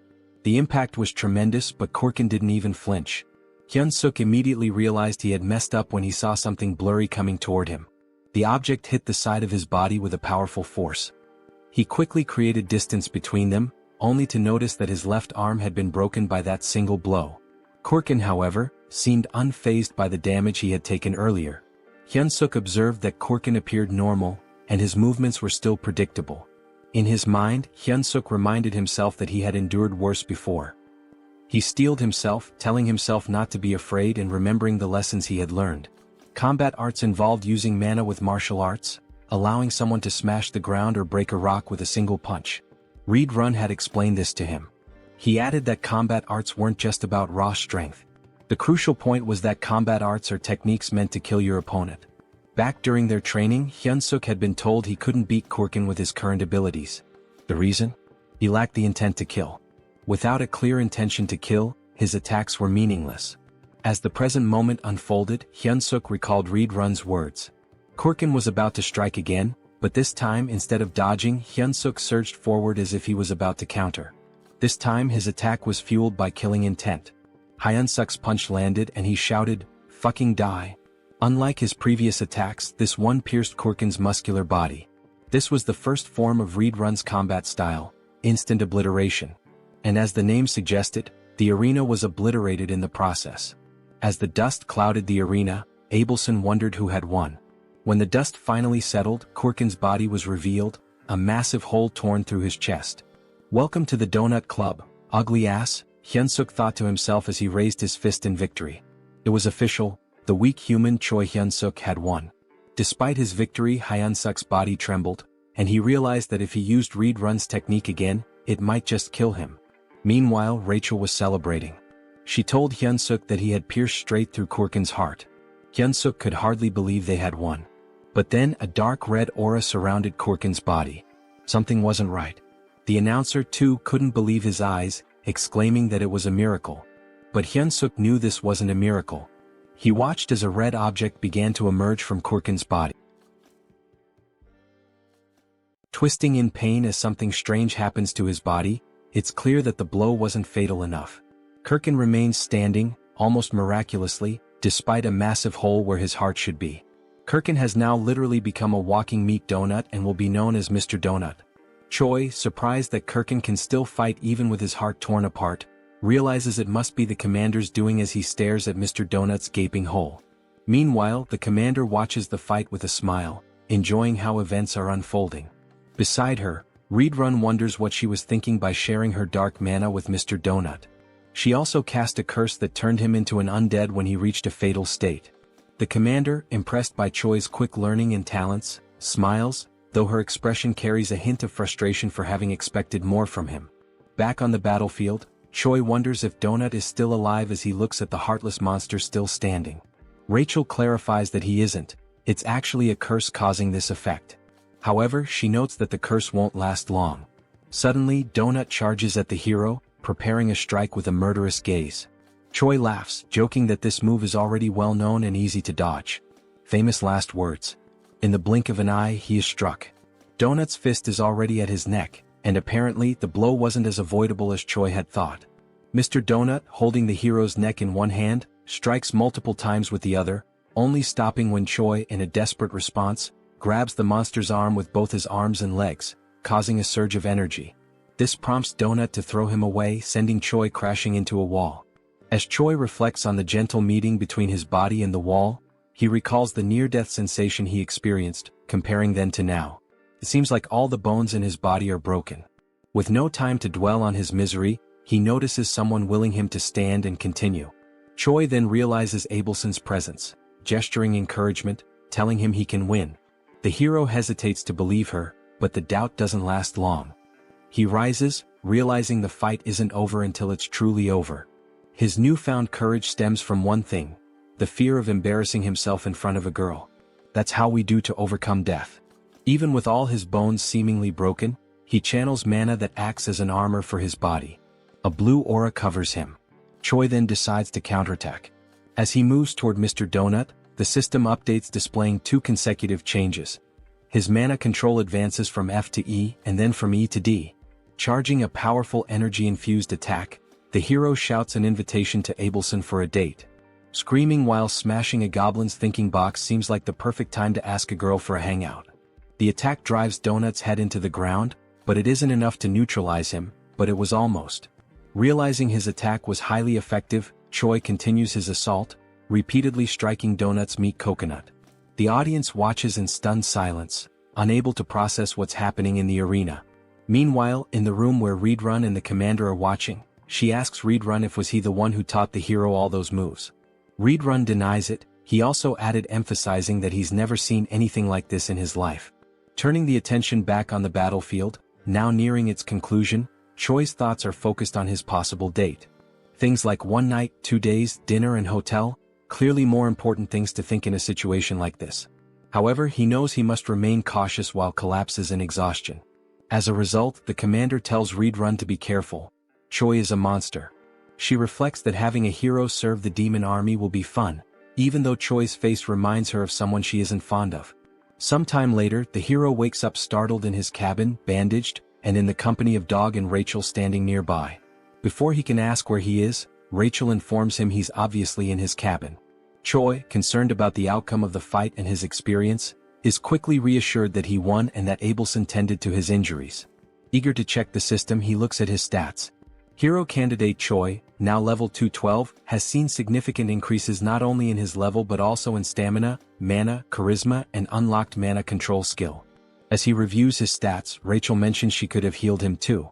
Choi ignores the comment, focusing solely on the absurd number of levels he gained.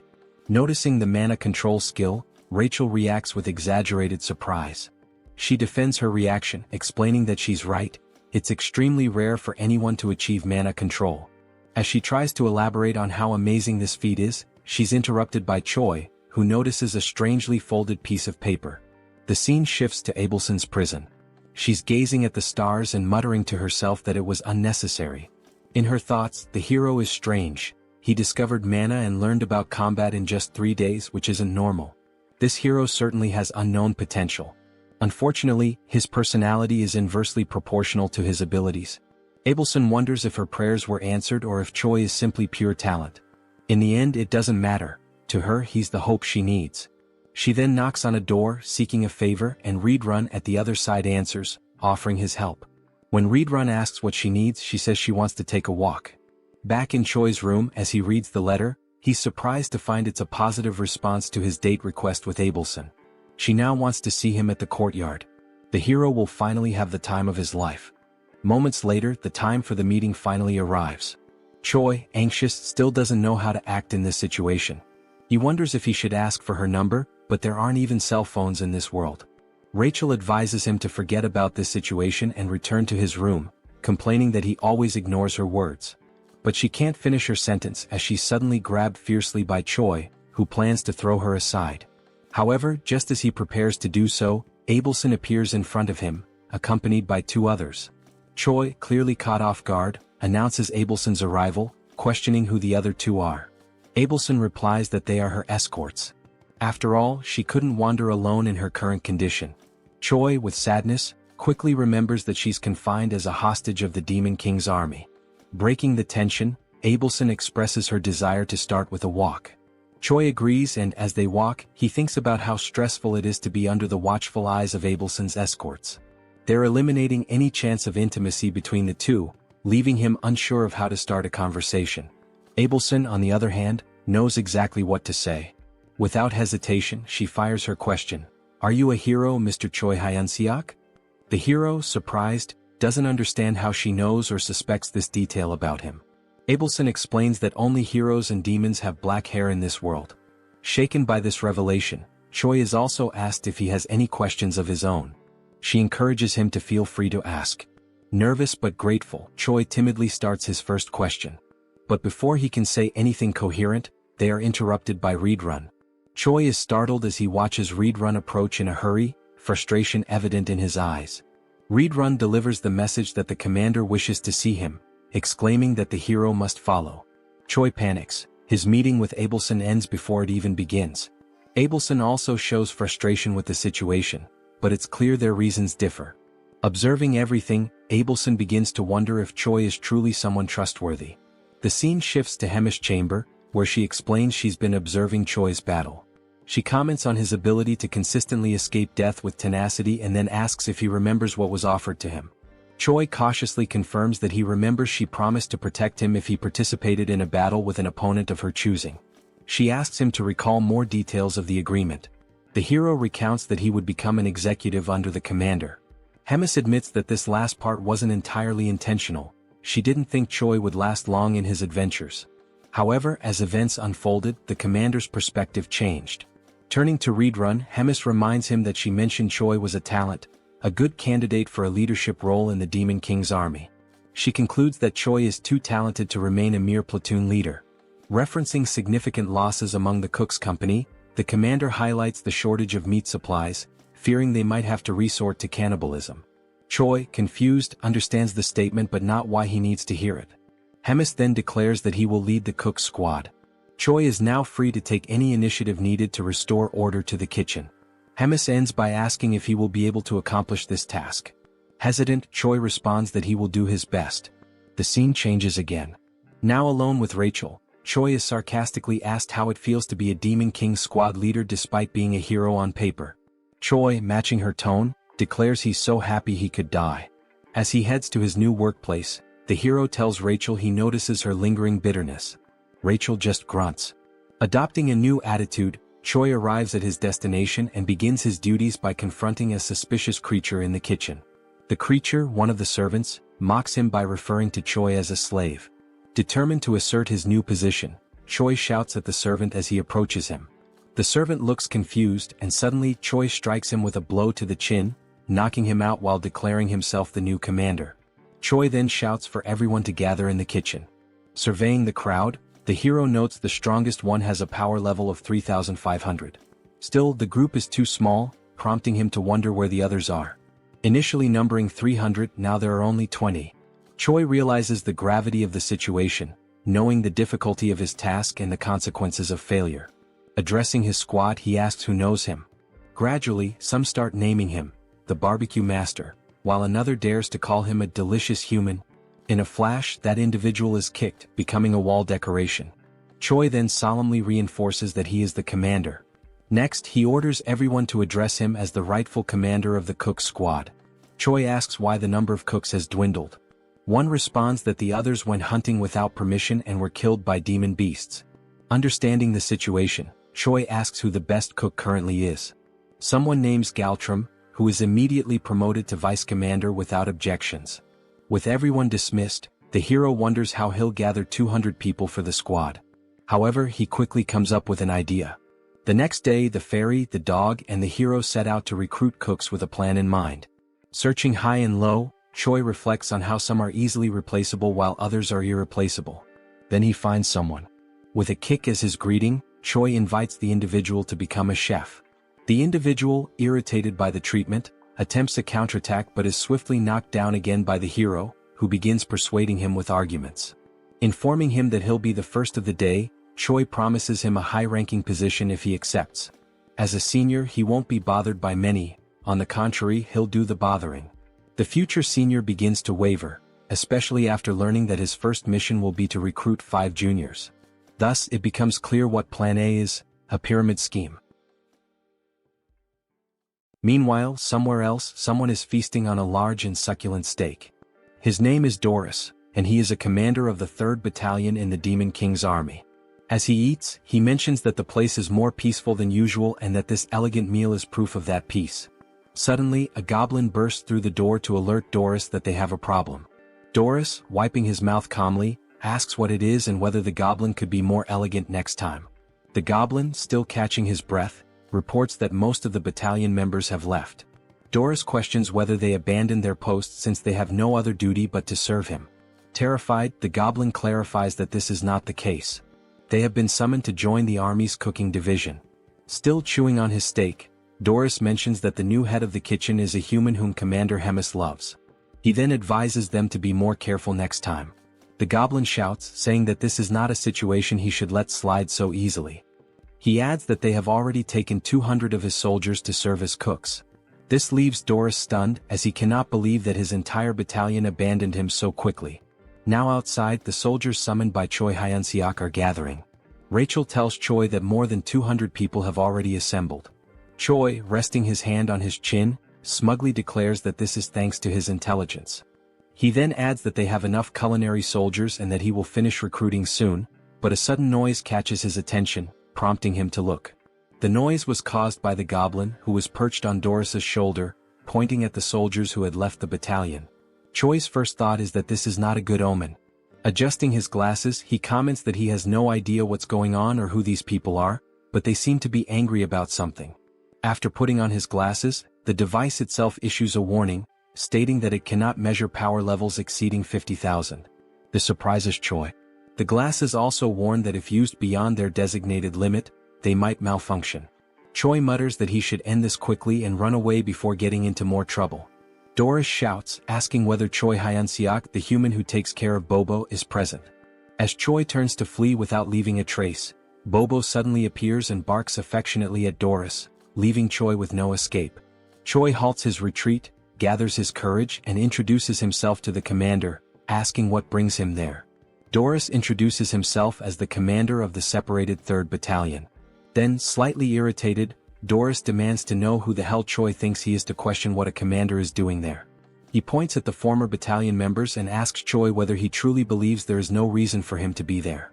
This catches Choi off guard and makes him nervous, as even he had not realized that those scoundrels had brought along all their fellow unit members. Doris then invites Choi to have a conversation in his office. With no other options, Choi agrees. He has a sinking feeling that things have been going too smoothly to be true. Now in Doris's office, the commander asks whether this was really not intentional. Choi insists that he would never do such a thing. He explains that he simply selected the bravest soldiers, and it just so happened that they were all from the 3rd Battalion. Doris is surprised and thinks that the army's commander must favor this human. Deciding it is best to end the matter peacefully, he lets it go. After that, Doris changes his expression to a more amicable one and states that since things have unfolded this way, there is nothing more to be done. Choi should simply take the soldiers he selected and use them as he pleases. Hearing this excites Hyunseok, who asks if it is really true, thinking that he has a good feeling about this. However, just after this moment of euphoria, Doris mentions that there is a condition. Choi immediately starts feeling uneasy again. As a true gentleman, Doris explains that since Choi has already taken 200 of his soldiers, there is one specific soldier he should also take. Choi becomes alert, thinking that even after taking so many soldiers, Doris still wants him to take one more. That must mean this soldier is a useless failure who will only cause trouble. Annoyed, Doris asks whether Choi is refusing and whether there is a problem, even after taking all of his 3rd Battalion soldiers. Feeling the pressure and his legs beginning to weaken, Choi insists that it is not what Doris thinks. He says he is simply overwhelmed with happiness and does not know how to properly express his gratitude. As the door opens, Doris declares that he has made his decision and will now introduce Choi to his new soldier. Then a massive hand appears, and Doris announces that the name of the new soldier is Yuzaru, adding that he is a lovable hybrid born from an ogre and an orc. Yuzaru introduces himself, speaking in the 3rd person. Yuzaru has arrived, Commander. Since Choi was still using his glasses, he realizes that Yuzaru's combat power also cannot be measured. While Choi remains paralyzed at the thought of having someone so strong as a soldier, Doris comments that Yuzaru's flaw is that he is incredibly stupid, but he is strong. He then tells Choi to make good use of him. As Yuzaru tries to enter the room, he bumps his head on the doorframe and loudly states it, making Choi wonder just how stupid he really is. Back at the recruitment site, Choi announces that he will reintroduce himself to all members. He states that his name is Choi Hyunseok, the tamer of Bobo and the new head chef of the army. One of the soldiers comments that this is the first time he has seen Bobo. Choi, holding a bone, remarks that Bobo is a good boy. Bobo's eyes light up, and he even drools at the sight of the bone. Then, turning to the members, Choi declares that from now on, he will be organizing the unit. He puts up a list for everyone to see and explains that it is a new list, prepared by him, in which everyone must check their names and organize themselves accordingly. Rachel, surprised that he actually prepared a list, asks what criteria he used. Choi tells her that he believes everyone has the same level of intelligence, so he organized them based on combat power. He further explains that he assigned the weaker soldiers with more kitchen experience to kitchen duties. Then he asks Rachel if that was not a genius idea. After a while, one of the soldiers calls for him, stating that everything is ready and everyone has been organized.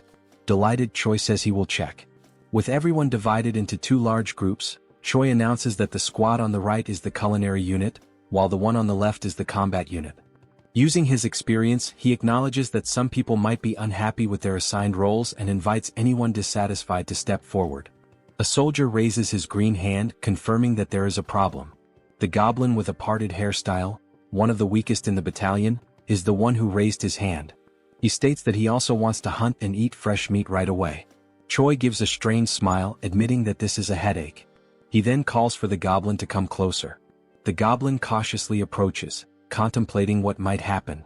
Once he is close enough, Choi suddenly kicks the poor goblin in the balls, making him scream in pain, his eyes bulging. Then Choi announces that this was his entrance exam.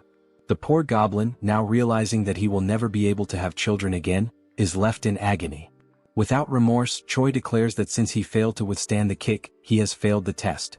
Only then does the hero system finally appear, displaying a notification that thanks to his excellent leadership and command skills, Choi successfully organized and stabilized the unit. The system grants him the hidden skill of charisma level up, as well as an upgrade to his leadership skill level. Looking at the squad members, Choi asks if there are any other candidates with complaints.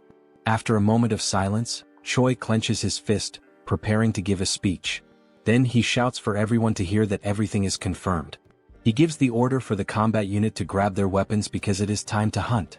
Now, in the great forest north of the Black Fortress, Choi gathers with all the members of the combat unit.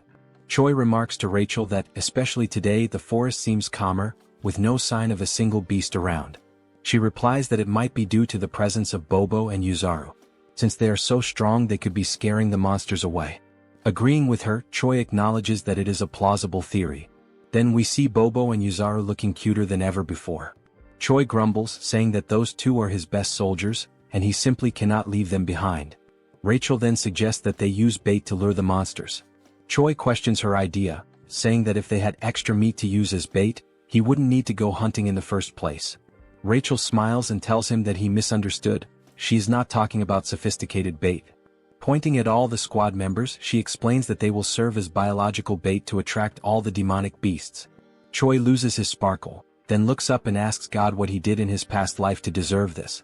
Then he crosses his arms and, with conviction, Choi orders the numbers 14, 3, 1, 43, and 7 from the list to step forward. Rachel, not understanding the significance of those numbers, asks him about it. He responds by saying that those were the numbers he bet on in the lottery back on Earth, lamenting that he could have been the winner. Still tearful, Choi gives the command that the operation will begin now. He then orders Yuzaru to grab member number 14, which excites the giant. After being held by Yuzaru, the poor member number 14 asks if he has lost his mind. Calling him an intercontinental ballistic goblin, Yuzaru effortlessly tosses the goblin far away. Choi, with his hand on his chin like a thinker, comments that it's a great idea, as continuing to throw weak soldiers like bait will eventually attract the attention of the monsters. He then turns to a fox soldier and orders him to light a small fire so the ones thrown as bait will have a way to return. But Rachel questions whether throwing soldiers like that wouldn't just kill them from the impact of the fall. Choi retorts, saying that he is sure 1 in every 6 will come back alive. He tells Yuzaru to keep throwing the others from the list. The rest of the battalion is in shock and whispers among themselves that the human head chef has lost his mind and that they want a long life. One of the goblin soldiers, terrified by the situation, decides to turn around and run away at that moment. As he turns to flee, he sees Bobo with his eyes sparkling with cuteness. The frightened goblin says that this is not what Bobo is thinking and that he will serve the Demon King's army for the rest of his life. But it seems Bobo doesn't believe him, as Choi mentions that the ones he threw earlier are late and should have returned by now. Meanwhile, in the background, the poor goblin is crying for help. At the same time, one of the goblins who had been thrown is running back, desperate and calling for help while being chased by several monsters. Choi smiles, saying it was about time for him to return and let the soldiers handle things now, but only if he needs to land the final blow on the monster to count for XP. But before he can finish his thought, Yuzaru takes off running ahead. He is simply too strong to leave the last hit for anyone else. As Yuzaru takes down the monsters one by one, he shouts that he loves fighting, leaving nothing for Choi. Frozen and speechless, Rachel looks at Choi and asks what last hit he's talking about, since there's no monster left alive. After everything, while Yuzaru celebrates his success with Bobo, Choi is left crying because he didn't get any XP, and worse, he can't even use the monsters as food since they were all torn apart. Rachel, shocked, points out that both Yuzaru and Bobo only need 1 hit to defeat the monsters. Still in disbelief, Choi says he needs to go back tomorrow but without those two. Rachel asks if he is sure about that, since there's only 1 more day before the main commander's duties return to normal. Back at the battalion, Choi orders a retreat, telling everyone to gather tomorrow at the same place, earlier than usual. Back in the kitchen, Rachel asks why he went there right after returning, and Choi responds that he needs to see if the mashed meat works in any way. Kicking the door open, Choi yells asking where the lazy ones are, ordering them to gather. One of the kitchen soldiers runs towards him and asks if something happened. Choi asks if he tried the meat from today's hunt. This soldier is Galum, the vice chef.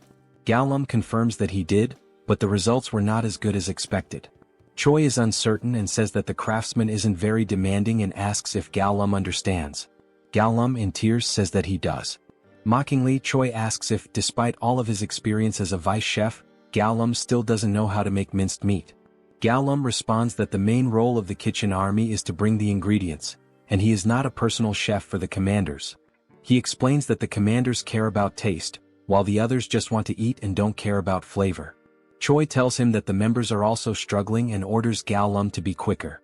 Galum quickly runs off, telling the others to gather to light the firewood.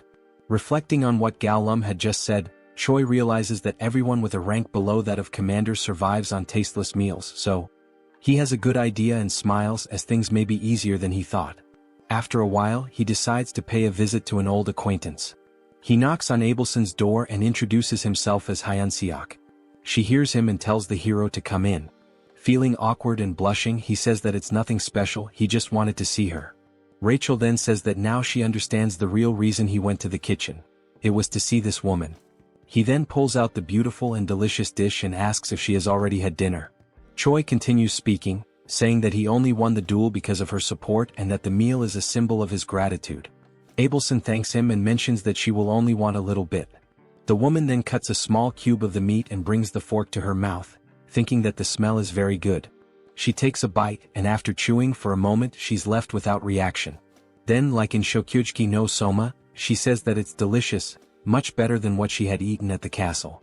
An incredibly tasty flavor. After a few minutes, Choi, pleased, says that it looks like she liked the food since she finished the entire plate. Still shy, he takes the plate and says that now that she's eaten he can leave. Just as he's about to leave, she calls him by his name. Then Abelson asks what Choi's plans are when he leaves this place in the future. Choi, like a good man moved by emotion, quickly responds that it's marriage with her. Hearing this, Abelson's eyes widen. Realizing his intentions and that he didn't understand the meaning of the question, she says that now he can leave. But before he goes, he tells her that there's something else he wants to do besides marry her. This catches her attention. However, before finishing, he asks her what her plans are and what she wants to do when she leaves there. With a lifeless look, she says that she doesn't know yet because if she ever leaves there, she doesn't want to do anything. Now, in Gartran, the divine empire of the capital of Gratium, where the theocracy is governed by the Pope of the Church of Ducis. A man kneels and refers to another as Your Holiness, then he provides the information that they have discovered the location of Abelson Marriott, the next saint. He then adds that, supposedly, Abelson is imprisoned in the Black Fortress where the glutton resides.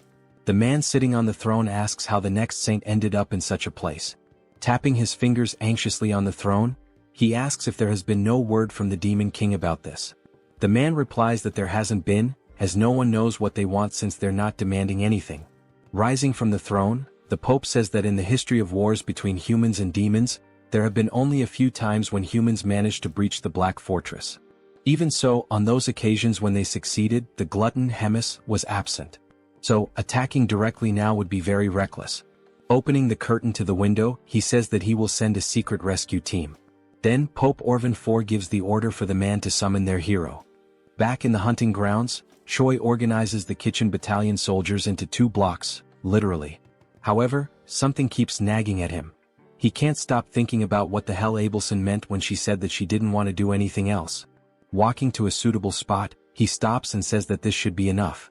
While rummaging through his backpack, he calls the platoon commander forward and tells him to step up. He takes something from his backpack and tells the platoon commander to eat. What he pulled out were 2 steaks of meat, and while the soldiers look on in disbelief, they think it's some new type of bribe or some kind of leftovers. Choi asks if they're not going to eat, and the soldiers apologize and quickly begin eating.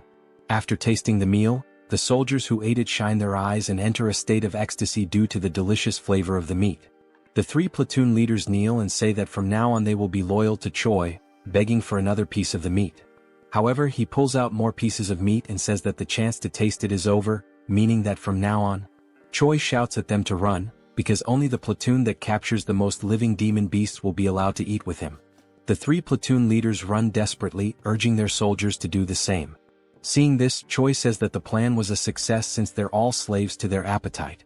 The plan to bring the monsters alive was precisely so he could land the last hit and level up. Looking at the system screen and seeing his level, status and charisma increasing, Choi says that while he was cutting the monsters, he quickly leveled up 10 times. One of the platoon leaders then asks who the winner was among the 3. Choi turns to them and announces that the winner was the Wolfken platoon and that the Wolfken platoon will have an amazing meal with him. The members of the other platoons ask what they will receive, and Choi answers with boredom that they will have the leftovers. Choi also shouts at them, giving the order to gather all the slaughtered meat and take it to the kitchen. Meanwhile, beyond the Black Forest, we see several lifeless bodies of soldiers and a man in a black cloak holding a sword. Back at the headquarters, someone stands in front of a door and says that they've finally arrived. Inside, Abelson says that she shouldn't have said that to Choi. After all, she can't keep hiding this forever. The door opens and it's the man in the black hood calling Abelson by her full name.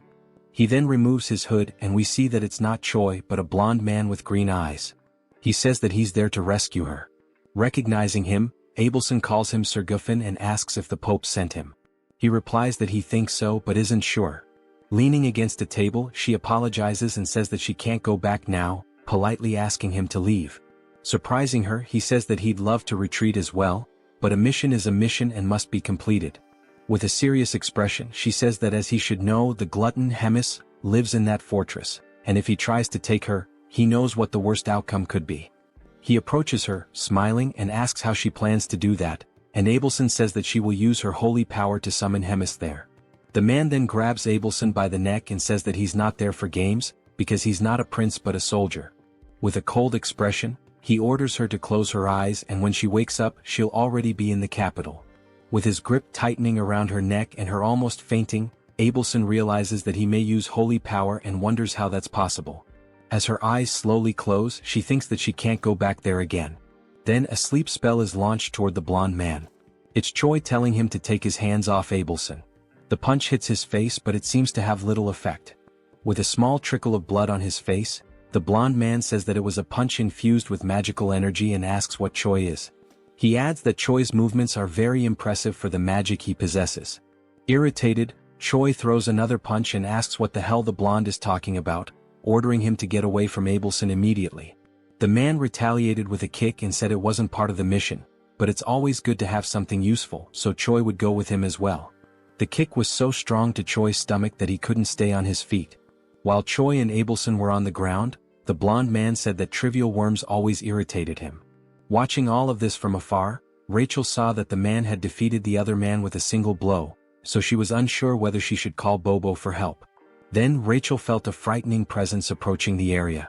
Inside the room, the man looked at a teleportation scroll and said that there was nothing he could do, but to bring another person with him, he needed to alter a few terms. Then someone arrived behind this man. The person asked the blonde if something wasn't going well. Was Hemis? Smiling, she asked if the man needed help. The man quickly turned around and was shocked to see Hemis in front of him. He wondered how this was possible since he had blocked the saint's powers. Hemis asked if the man could start calling her gourmet from now on. The blonde, trembling with fear, thought that he couldn't feel any magical energy coming from Hemis, and maybe this was due to the difference in their levels. Placing the contract in his mouth, the man thought that maybe the story about Hemis, the glutton devouring thousands of soldiers in a single day, could be true.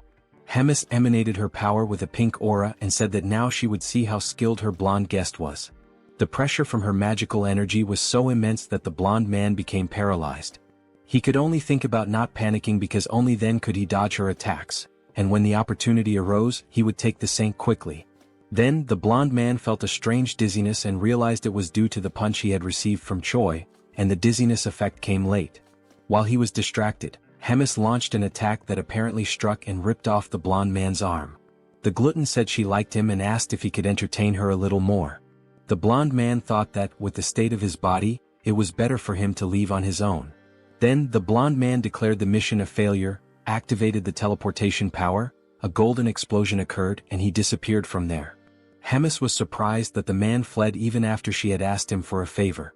Then, with a devilish expression, she said that it was fine because the truly fun things were about to begin now. Then a brief description of Hemis is shown. The glutton is an ancient monster and an ageless witch. All of these were insults to Hemis, the commander of the Third Corps of the Demon King's army. Through the endless flow of time, countless demons were born and appeared. However, the Demon King and Hemis, these two remained unshaken like enormous mountains.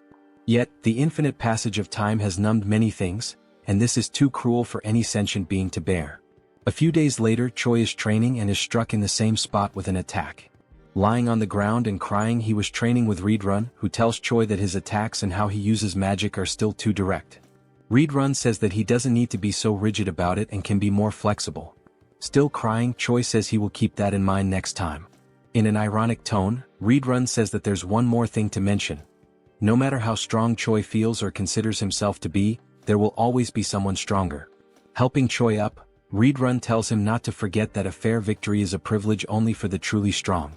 Then Reed turns to Choi Hyunseok and says that's all for today, telling him that he did a good job. Readrun turns and leaves the area while Choi, feeling awkward, watches him walk away. The hero, nearly depressed, sits on the ground and concerned Rachel asks if he's alright. He responds that no, he's almost dying and asks her to heal him. Rachel begins the healing and Choi says that at least he can breathe now. This makes the fairy ask if she is now just a healing potion for him. While he's being healed, Choi has several thoughts in his mind. He remembers Abelson telling him to get stronger because only his belief in his own strength would protect him. Then he tells Rachel that Abelson said he needed to be stronger. Rachel gets angry because he's already talking about that woman again, and because of her, he almost lost his life. She doesn't know if she's a saint or a witch. Choi tells her that she could suffer divine punishment for saying such things. While still using the healing, Rachel remembers that the assassin used sacred power, so she questions why, if she is really a saint, he attacked her. Choi, thinking, says that she's right because the next saint should be a valuable existence, and that's not what happened. Choi becomes frustrated thinking about it and says that, in any case, he's done thinking about it. Then Rachel asks why he's so fond of her. Choi ignores her and says she's just jealous. Rachel yells that he's a woman-crazed moth and asks if he really wants to die. Shortly afterward, there was Choi, head down and sad, while Rachel and Bobo looked at him. Choi says that it's over for him and asks to be reborn as a rich family's cat in his next life, leaving their eyes confused by the situation. Rachel asks if Bobo is concerned and if he would accept someone like that as his master. Bobo still doesn't understand, so Rachel says she will tell him what happened. 30 minutes ago in Hemis's office. Hemis calls Choi Hyunseok and tells him that she has a big dilemma.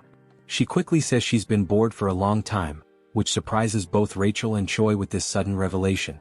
Sitting on her throne, Hemis says that because of this she should see something fun, and Choi just agrees. Hemis then says that he will have 1 month to train and defeat the battalion commander, which leaves him incredulous and nervous, asking if she really said that. With her aura emanating from her claws, she asks if something is wrong or if he can't do it.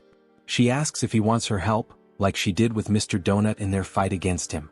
Remembering what she did, he bows, hitting his head on the table, and says that he doesn't need it and will handle it himself. Rachel then finishes recalling the events and Choi cries in the background. The fairy tells Bobo to say goodbye as he won't be seeing him for a long time. And now, I believe Bobo understands the situation.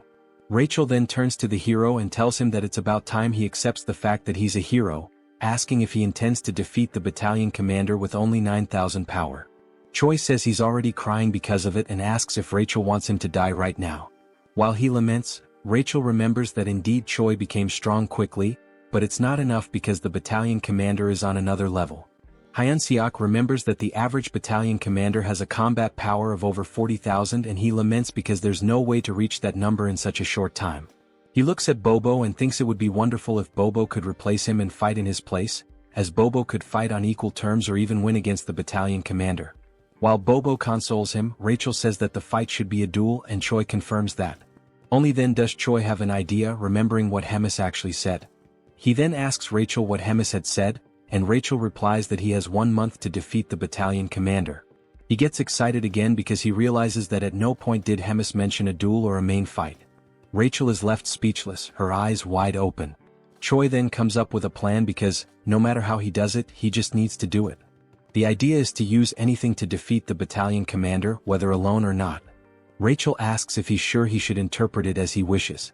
Biting his fingers nervously, Choi says that the only way is to lure the battalion commander out and set up an ambush with Bobo. Upon hearing this, Rachel asks what he is, as she doesn't know whether to consider him very intelligent or just a coward. Then Rachel asks how Choi will lure the commander out. She wonders if someone as careless as the hero has any way to persuade the commander. Holding a spice and smiling, Choi says yes, because he met the commander recently and knows that he enjoys savoring elegant meals. So Choi begins preparing the best recipe for grilled ribs. He selects the best ribs and goes through the entire process to make them incredible, soaking them in water with honey to remove the blood. Once the blood is removed, they should be left in a pot to cook quickly. While it's boiling, Choi chops the mushrooms and green onions, adds gushing fish, and stirs to combine the flavors. Then he adds everything into the pot with the meat and lets it boil. After at least half an hour of boiling, we see Bobo dragging Choi through the fortress corridors so fast that his body seems to separate from his soul. Upon arriving at the location, Choi can't bear it and collapses, questioning how it's possible for him to lose in terms of endurance if he's just a human. Quickly, Rachel stops the hero and tells him that it's burning, which leaves Choi terrified. Then we see the plate of ribs and stew complete and it looks delicious. Carefully, Choi places it on a plate, and with a smile he sprinkles finely chopped green onions on top, saying that the best stew, the key to unlocking the heart of Commander Doris, is ready. The table was full of delicious food, and Doris leaned back in satisfaction, a rare moment of peace washing over him. He took a deep breath, savoring the ambience, and reflected on how infrequent such refined, tranquil moments were in his position.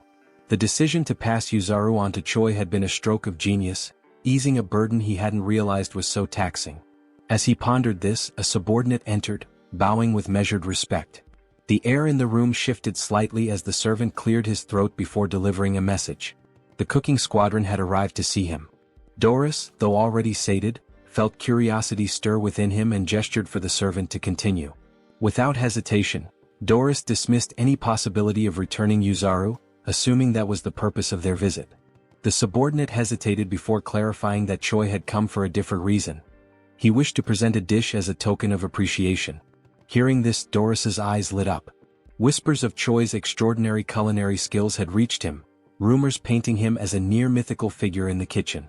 Now he would experience it firsthand. Straightening his posture, he gave his approval. A knock echoed through the room, and the doors swung open to reveal Choi making an exaggerated entrance, tray in hand, a mischievous glint in his eye, and a rose held between his teeth. Doris blinked, momentarily caught off guard before swiftly composing himself. Choi set the tray before him with a theatrical bow, expressing his gratitude for the opportunity that had led to his new title in the kitchen. Doris, unimpressed by words, expected the food to speak for itself.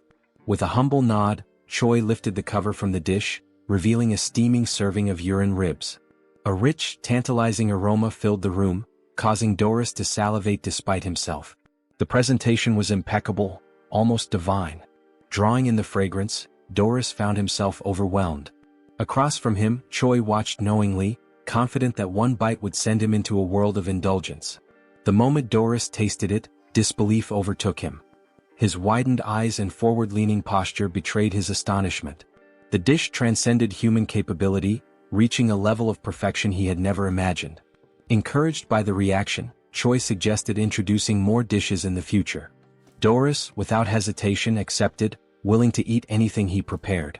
As Choi exited, Rachel, standing by the door, struggled to contain her reaction. Doris, still enraptured by his meal, casually remarked on Choi's favored status. Barely making it outside, Choi gripped the doorknob, trembling. He and Rachel exchanged a glance before both succumbed to violent nausea. Rachel wiped her mouth, staring at Choi in disbelief. He acknowledged his actions, fully aware of the consequences. When pressed on his intentions, he made it clear. He would continue feeding Doris until the day came when he was nothing more than a pig fattened for slaughter. Meanwhile, inside the dining hall, Doris remained blissfully unaware, savoring each bite. A week passed. Doris sat before another grand meal, yet his appetite had noticeably waned. With a sigh, he idly prodded his food, burdened by looming concerns. An upcoming duel for the battalion commander position weighed on his mind. His growing influence had drawn unwanted attention, and failure meant forfeiting his title. Yet he accepted the stakes with a sense of dignity. Choi, realizing that a week of careful planning had failed to consider external threats, forced a smile and assured Doris of his impending victory after he invited him to watch the duel. The next day at the Grand Training Grounds, Rachel attempted to lift Choi's spirits with sarcasm. Choi, unimpressed, remained convinced that Doris stood no chance after everything he had been fed. Roiger, the Demon King's 3rd Army Corps Regiment commander, initiated the duel. The challenger, a humanoid figure with a horned skull, stepped forward. Opposite him, Doris ascended the stairs, panting from the effort. Yet, upon spotting Choi, a smirk surfaced on his lips. Roiger signaled the start. Doris barely reacted at first, his enthusiasm lacking, until the moment arrived. In a single motion, he seized his opponent's weapon. A shockwave erupted, forcing the audience to recoil from the impact. As the dust settled, the challenger lay motionless. Roiger, stunned, acknowledged Doris's overwhelming dominance and ended the match. Spectators dispersed, leaving Choi to contemplate his next move. That night, at Bobo's house, Choi analyzed the monster distribution map he had drawn. Rachel, peering over his shoulder, questioned his intentions. The plan was simple: pit monsters against each other, letting one enemy take out another. Rachel, after grasping the concept, understood the brilliance behind it. 3 days later, deep in the forest, Rachel groaned from exhaustion after memorizing endless monster entries. Choi had offered to divide the work, but she had refused, now regretting it. The dense foliage around them rustled as unseen creatures moved through the underbrush. Tension lingered in the air, each shadow carrying a hidden threat. The night was alive with distant roars and the snapping of twigs beneath massive feet. When asked about their first target, Choi pointed ahead. Rachel immediately identified it as a surfib, a massive forest worm. Despite its size, she dismissed it as useless for their plan due to its passive nature. Puffing her chest with pride over her deduction, she sought approval. Choi, unimpressed, remarked that even a fool could be useful. A soldier approached and inquired about their next hunting location. Choi told him to wait before asking Rachel about dragon-like monsters with steel-like scales. She replied that several types fit that description and that she would need to see it directly to identify it. This meant they had no choice but to face the creature head-on. Choi then announced to the cooking squadron that they would be sweeping the area clean. There was no need for captures. Everyone was free to kill to their heart's content. He even gave them permission to eat their prey immediately. The soldiers were ecstatic. They felt that their commander had finally come to his senses, celebrating the opportunity to eat their fill. They cut down monsters relentlessly, harvesting their meat until the supply piled up. Choi observed the results of their efforts but noted that the true owner of the territory had yet to reveal itself. He began to worry that their efforts had been in vain. Deciding to halt the operation, he ordered everyone to put away their weapons. The platoon commander ensured that his orders were followed. However, just as they began to settle, an unexpected sound caught Choi's attention. He immediately sensed that something had arrived. Birds scattered into the sky as a monstrous presence made itself known. A dragon's eye glared down at them from above. The creature, Nidrak, was a beast of immeasurable combat power. The soldiers panicked at the sight of the dragon and scattered in fear. In response, Nidrak set the area ablaze. Choi, however, was pleased. With a monster of this caliber, he now had a weapon strong enough to defeat Doris. At Hemis's office, she spoke to Reed Run about her growing concerns. 3 weeks had passed without any news from Choi. She speculated that Reed Run might have been training him for something extraordinary. He dismissed the notion, stating that their training was nothing out of the ordinary. Hemis then asked for his assessment of Choi's chances against the battalion commander. Without hesitation, Reed Run replied that there was no chance of victory. However, he did note that Choi had been getting close to Doris recently. This information caught Hemis off guard. She recalled how Choi had once claimed he would defeat the battalion commander, yet he seemed to be growing closer to him instead. This contradiction left her curious about his true intentions. At Doris's office, he continued eating, enjoying the grilled meat prepared by Choi. He thanked him for the meal. Choi, letting out a sigh, caught Doris's attention. Sensing something was wrong, Doris questioned him about it. Choi, putting on a pitiful act, claimed that there was a serious problem within the squadron. He hinted that this could be the last time he would be able to treat Doris to a meal. Alarmed by this statement, Doris pressed him for details. Choi then explained that the corps commander had requested a special type of monster meat, but the creature was far too powerful to handle. Choi continued his deception, reinforcing the illusion that their squadron was struggling to subdue a formidable monster. He named the creature Marbling, a name unfamiliar to Doris, who had only heard rumors of numerous injuries among the cooks. Choi reassured him of the monster's existence, emphasizing the danger it posed and the futility of sending more ordinary soldiers. Instead, he suggested that someone of Doris's strength could handle it effortlessly, promising that such a feat would not go unnoticed by the corps commander. The thought of recognition from Hemis stirred something in Doris. He imagined her regarding him fondly, her words lifting him from the status of a mere glutton to something more. The fantasy left him flustered. Choi, capitalizing on this reaction, assured him that he would relay his accomplishments personally, strengthening the illusion of camaraderie. Though Doris feigned reluctance, he ultimately agreed to help, seeing Choi as a friend. Choi expressed gratitude, but beneath his polite demeanor, his expression twisted into a sinister grin. The following day, the operation was set in motion. At the designated location, Choi gathered his forces, ensuring every step was carefully planned. Rachel confirmed whether he had memorized the terrain, to which he responded with absolute confidence, likening himself to a living navigation system. He then whispered to Bobo, subtly affirming that their true target was Doris. Yuzaru, lacking complexity in thought, simply prepared to execute his given task without question. With everything in place, the mission commenced. Deep within the great forest, the soldiers were oblivious to their true purpose. Their only knowledge was that they were being sent to hunt a dangerous monster. Doris, irritated by the harshness of the wilderness, questioned the distance to their target. Choi assured him they were approaching Marbling's territory, all the while maintaining extreme caution. He understood that Doris was more formidable than he appeared, but he had faith that Nidrak would emerge victorious. Suddenly the atmosphere shifted. Birds scattered in distress, signaling an imminent threat. Choi warned Darius that something was approaching. Darius, now alert, prepared himself. From the shadows, Nidrak emerged, its presence overwhelming. Confused, Darius questioned whether this was the marbling he had been told about, finding its appearance somewhat familiar. Choi dismissed his doubts, remarking that many monsters looked alike. Accepting this, Darius viewed it as nothing more than another beast to slay. With unwavering confidence, Darius commanded his battalion to attack, trusting that Choi would ensure his victory reached the corps commander's ears. His soldiers surged forward, engaging the dragon with reckless abandon. Darius himself lunged into battle, unleashing his formidable techniques. Despite Nidrak's immense power, Darius's sheer brutality kept him pressing forward. Choi observed with growing concern, realizing that Darius was more resourceful than anticipated. Instead of facing Nidrak directly, he used his soldiers as fodder, sacrificing them to create openings for his own attacks. Choi had intended for the battle to overwhelm Darius, but the demon's methodical approach threatened to undo his plan. Before Darius could land a decisive blow, a panicked soldier interrupted, reporting the arrival of another creature. Choi's expression darkened.